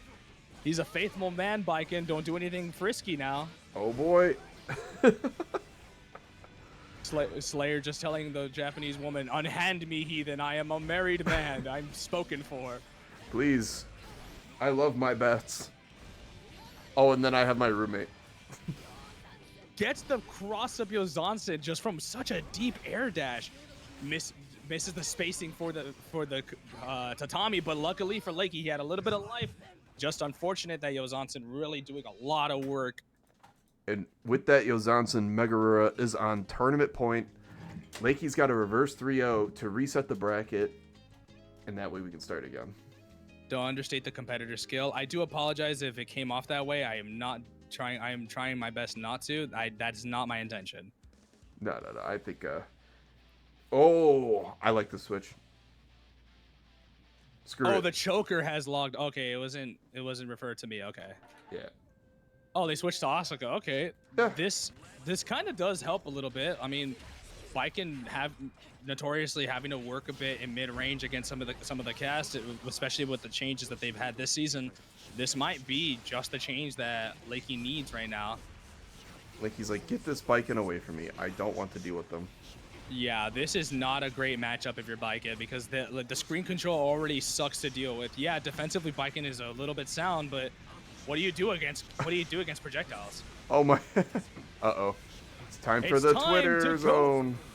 It's time to go to Twitter. Be gone with you. Oh. Yeah. Really good pickup though from that spot, because it looked like they were going to drop down, but they knew the speed of the cube and they knew the rate they were going to fall at. Really good call out. Uh-oh. Gets that backdash despite the tether. What's your Asuka tether combo? What's your approach against Asuka is probably the better question here. No, I mean, what does Asuka do as a tether combo? Because Potemkin you do 2P about 1,000 times as your tether combo. Oh yeah, the pot infinite. Yeah, pop, pop, pop. It does so much, actually. Wop, wop, wop, wop, wop. I'ma fuck him up. Pot, fuck him up. Yeah, the IBFDs are insane. Uh-oh, you What a are... confirm. There was no way out of this. You truly were screwed. Yeah, by the time Lakey could reasonably burst, their magic was already broken, and it's like, yeah, no. Just save it for next round. The best part about that, right, is I'm pretty sure Lakey had some. I'm pretty sure MegaRura had some resources, so they could have easily gone for the burst bay if they wanted to. It would have been it was a checkmate situation in a sense. Yeah, All it right. was. Oh, this is not great. The spells on deck are not the most keen to be blocking at the moment. Alright, Okay, for starting to multi-cube. slow down a little bit. Rock me Amadeus. Rockabye, baby. Time to play neutral. Ooh, didn't reload though in between some of those, but wants to keep it true. Oh, we got the Restocking everything right in front of MegaRura's face. Oh, we got the auto reload though. Oh, great. Oh. That's great. Closing the gap immensely fast. Uh-oh. You There's got to no block for your resources on life. deck. Nice XP. Finally gets the mana back. Blocks the 5D this time. Uh-oh. Teleports away. Nothing personnel, kid. MegaRura staying chill, not giving up. Uh-oh. Oh, this is not good for Lakey. Lakey lives. Lakey lives, but just by a single thread of life. Hard knockdown. Oh no! No. No! The misinput. Not the wrong spell. No, he tried to. I think he might have tried a 6P there. Oh, you're right. I think so too. And 6P would have done it. That's so unfortunate too, because Lakey had it in the bag there if he just did it. Oh, that's not how you want to see it go, but Oh, bro, I feel you. That's soul crushing. you know what? That is immensely soul crushing. You know what Mega says? We take those. Yeah. But good stuff to yeah. Mega. I think with that, we're up to 7 Baiken wins. That's amazing. That's especially this season when Winty themselves have been saying, "Yeah, this character is dog shit." It's insane to think that we were at this point. Winty is a winner of GER with Baiken. However, I'm gonna listen to Mega and Lakey a little more at the moment with 2 and 3 wins respectively. But Which, to be fair, that's not to disregard Winty, but No, it's no. like, what have you done lately? yeah, Yeah, it's like, what have you done for me Well, lately? 1% disregard. But no. Winty's great. Winty's always been very nice and very chill when they've been in here, and they recently moved to Michigan, which is awesome. So, Okay. I believe so. I don't know. Maybe they moved again. Who knows? But let's run through top 8 and then let's get the people to a stream of some kind. Before I read off top 8, any shoutouts? Any things you wanna? How do you want? What do you want to say? Normally this is the time for me to plug my stuff. I probably should, but I haven't been streaming lately. But in any case, I've been your co-commentator, Sir Kappa. If you want to stop by, say hello, like maybe pull up the Discord. Just go to my Twitch. It's Sir_Kappa. Say hello. Drop a follow. Whatever you want to do. But if you want to see me actually every other day, you're gonna see me on Discord. All my socials are linked down below. Drop a hi, say hello. Join the community. The Misfit Society welcomes you, much like GER has welcomed me to commentate. It's really been fun. I appreciate it, Sun Puppy. I've been wanting to commentate for some time now, and I finally get to kind of scratch off some of the rust that I've had with commentary for the last several months. So thank you once again. And thank you everybody for welcoming me and being so lovely. And one last thank you to the competitors. You guys did amazing. One of the most fun top 8s I've ever had the privilege of watching through. And I hope that maybe sometime in the future, probably after Evo, I can commentate again. And, hopefully I do better, because I've always been critical. I want to do better and entertain you guys the best I can, even if it's not on my stream. Nah, you've been doing great. I already added you to the commentators role, so come back anytime. Oh, this is awesome. That's great. I feel that's so happy. You have no idea how thrilled that makes me. No, you've been awesome. No, thank you so much for helping out. And I could have done it by myself, but it would have been a lot of awkward pauses and all that stuff. And Definitely. It just has someone who can. It's nice to have someone who can focus full on the game. So thank you so much. I'm gonna read off our top 8 here. 7th place, we got Kiet and Zabby hanging out. They played really well this week, and Kiet looked like they were gonna bust into the 5th, but unfortunately just got stopped short by Macho. But speaking of Macho, in 5th place we got Macho and Purple, which is definitely not a disrespect. This tournament was probably one of our smaller. I wouldn't say smaller, but definitely on the slightly lower side, but it was dense. Like, all the people in here were killers, so. Yeah, the quality, like, the numbers may have been small, like, the quantity was smaller, but the quality was up higher. Oh, yeah, it's all killers, and whew. Fourth place, we had Sloth. I know I've seen Sloth around, and I've seen them before, so big shout-outs to Sloth, and thanks for coming back. And it's always good to have a Chipp around. Chipp also has one of the easier to work with top 8 graphic pings, so anyways. We have Kensei in third. Shoutouts to Kensei. If you don't know Kensei by now, shoutouts to Kensei and shoutouts to Puerto Rico.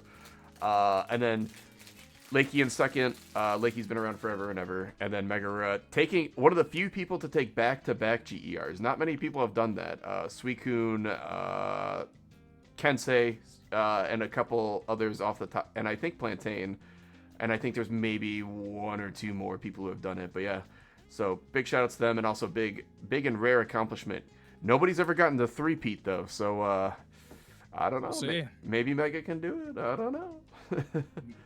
All right. Maybe if I don't have commentary duties on Wednesday next week, I'll probably dip my head into that just to witness all of you lovely creatures of the night to see who's gonna make the three-peat. Yeah. Oh, oh, my Discord crashed. That's very funny timing. Okay, so let's find a place. We've got Guildhouse. Let's see. Guildhouse is always one of our classics. Who else is streaming Strive?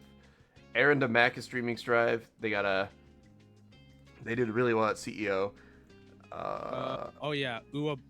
Aisha's playing right now. Aisha? Yeah, Aisha, the lead singer for some of the female tracks. No kid. Okay, we're rating her. That's so cool. All right. Let me double check if it is Aisha first and foremost. It does say Aisha Dayo. Yeah, it says Aisha Dayo. Yep, it's her. Yeah, it's her. Oh my God, we gotta rate her. So everyone, please give a big hi, big hello. Shout out your favorite character. Tell her. Everybody just spam Totsugeki. Like, just say hello. I don't know. Just give them a big warm welcome to the community because, they're a singer for the game, but, we want to welcome people like Aisha. That's so cool. Yeah, the singer for the game, we're absolutely rating him. Thank you, everyone, for watching, and have a good night. All right. Take care. Thank you guys for having me again.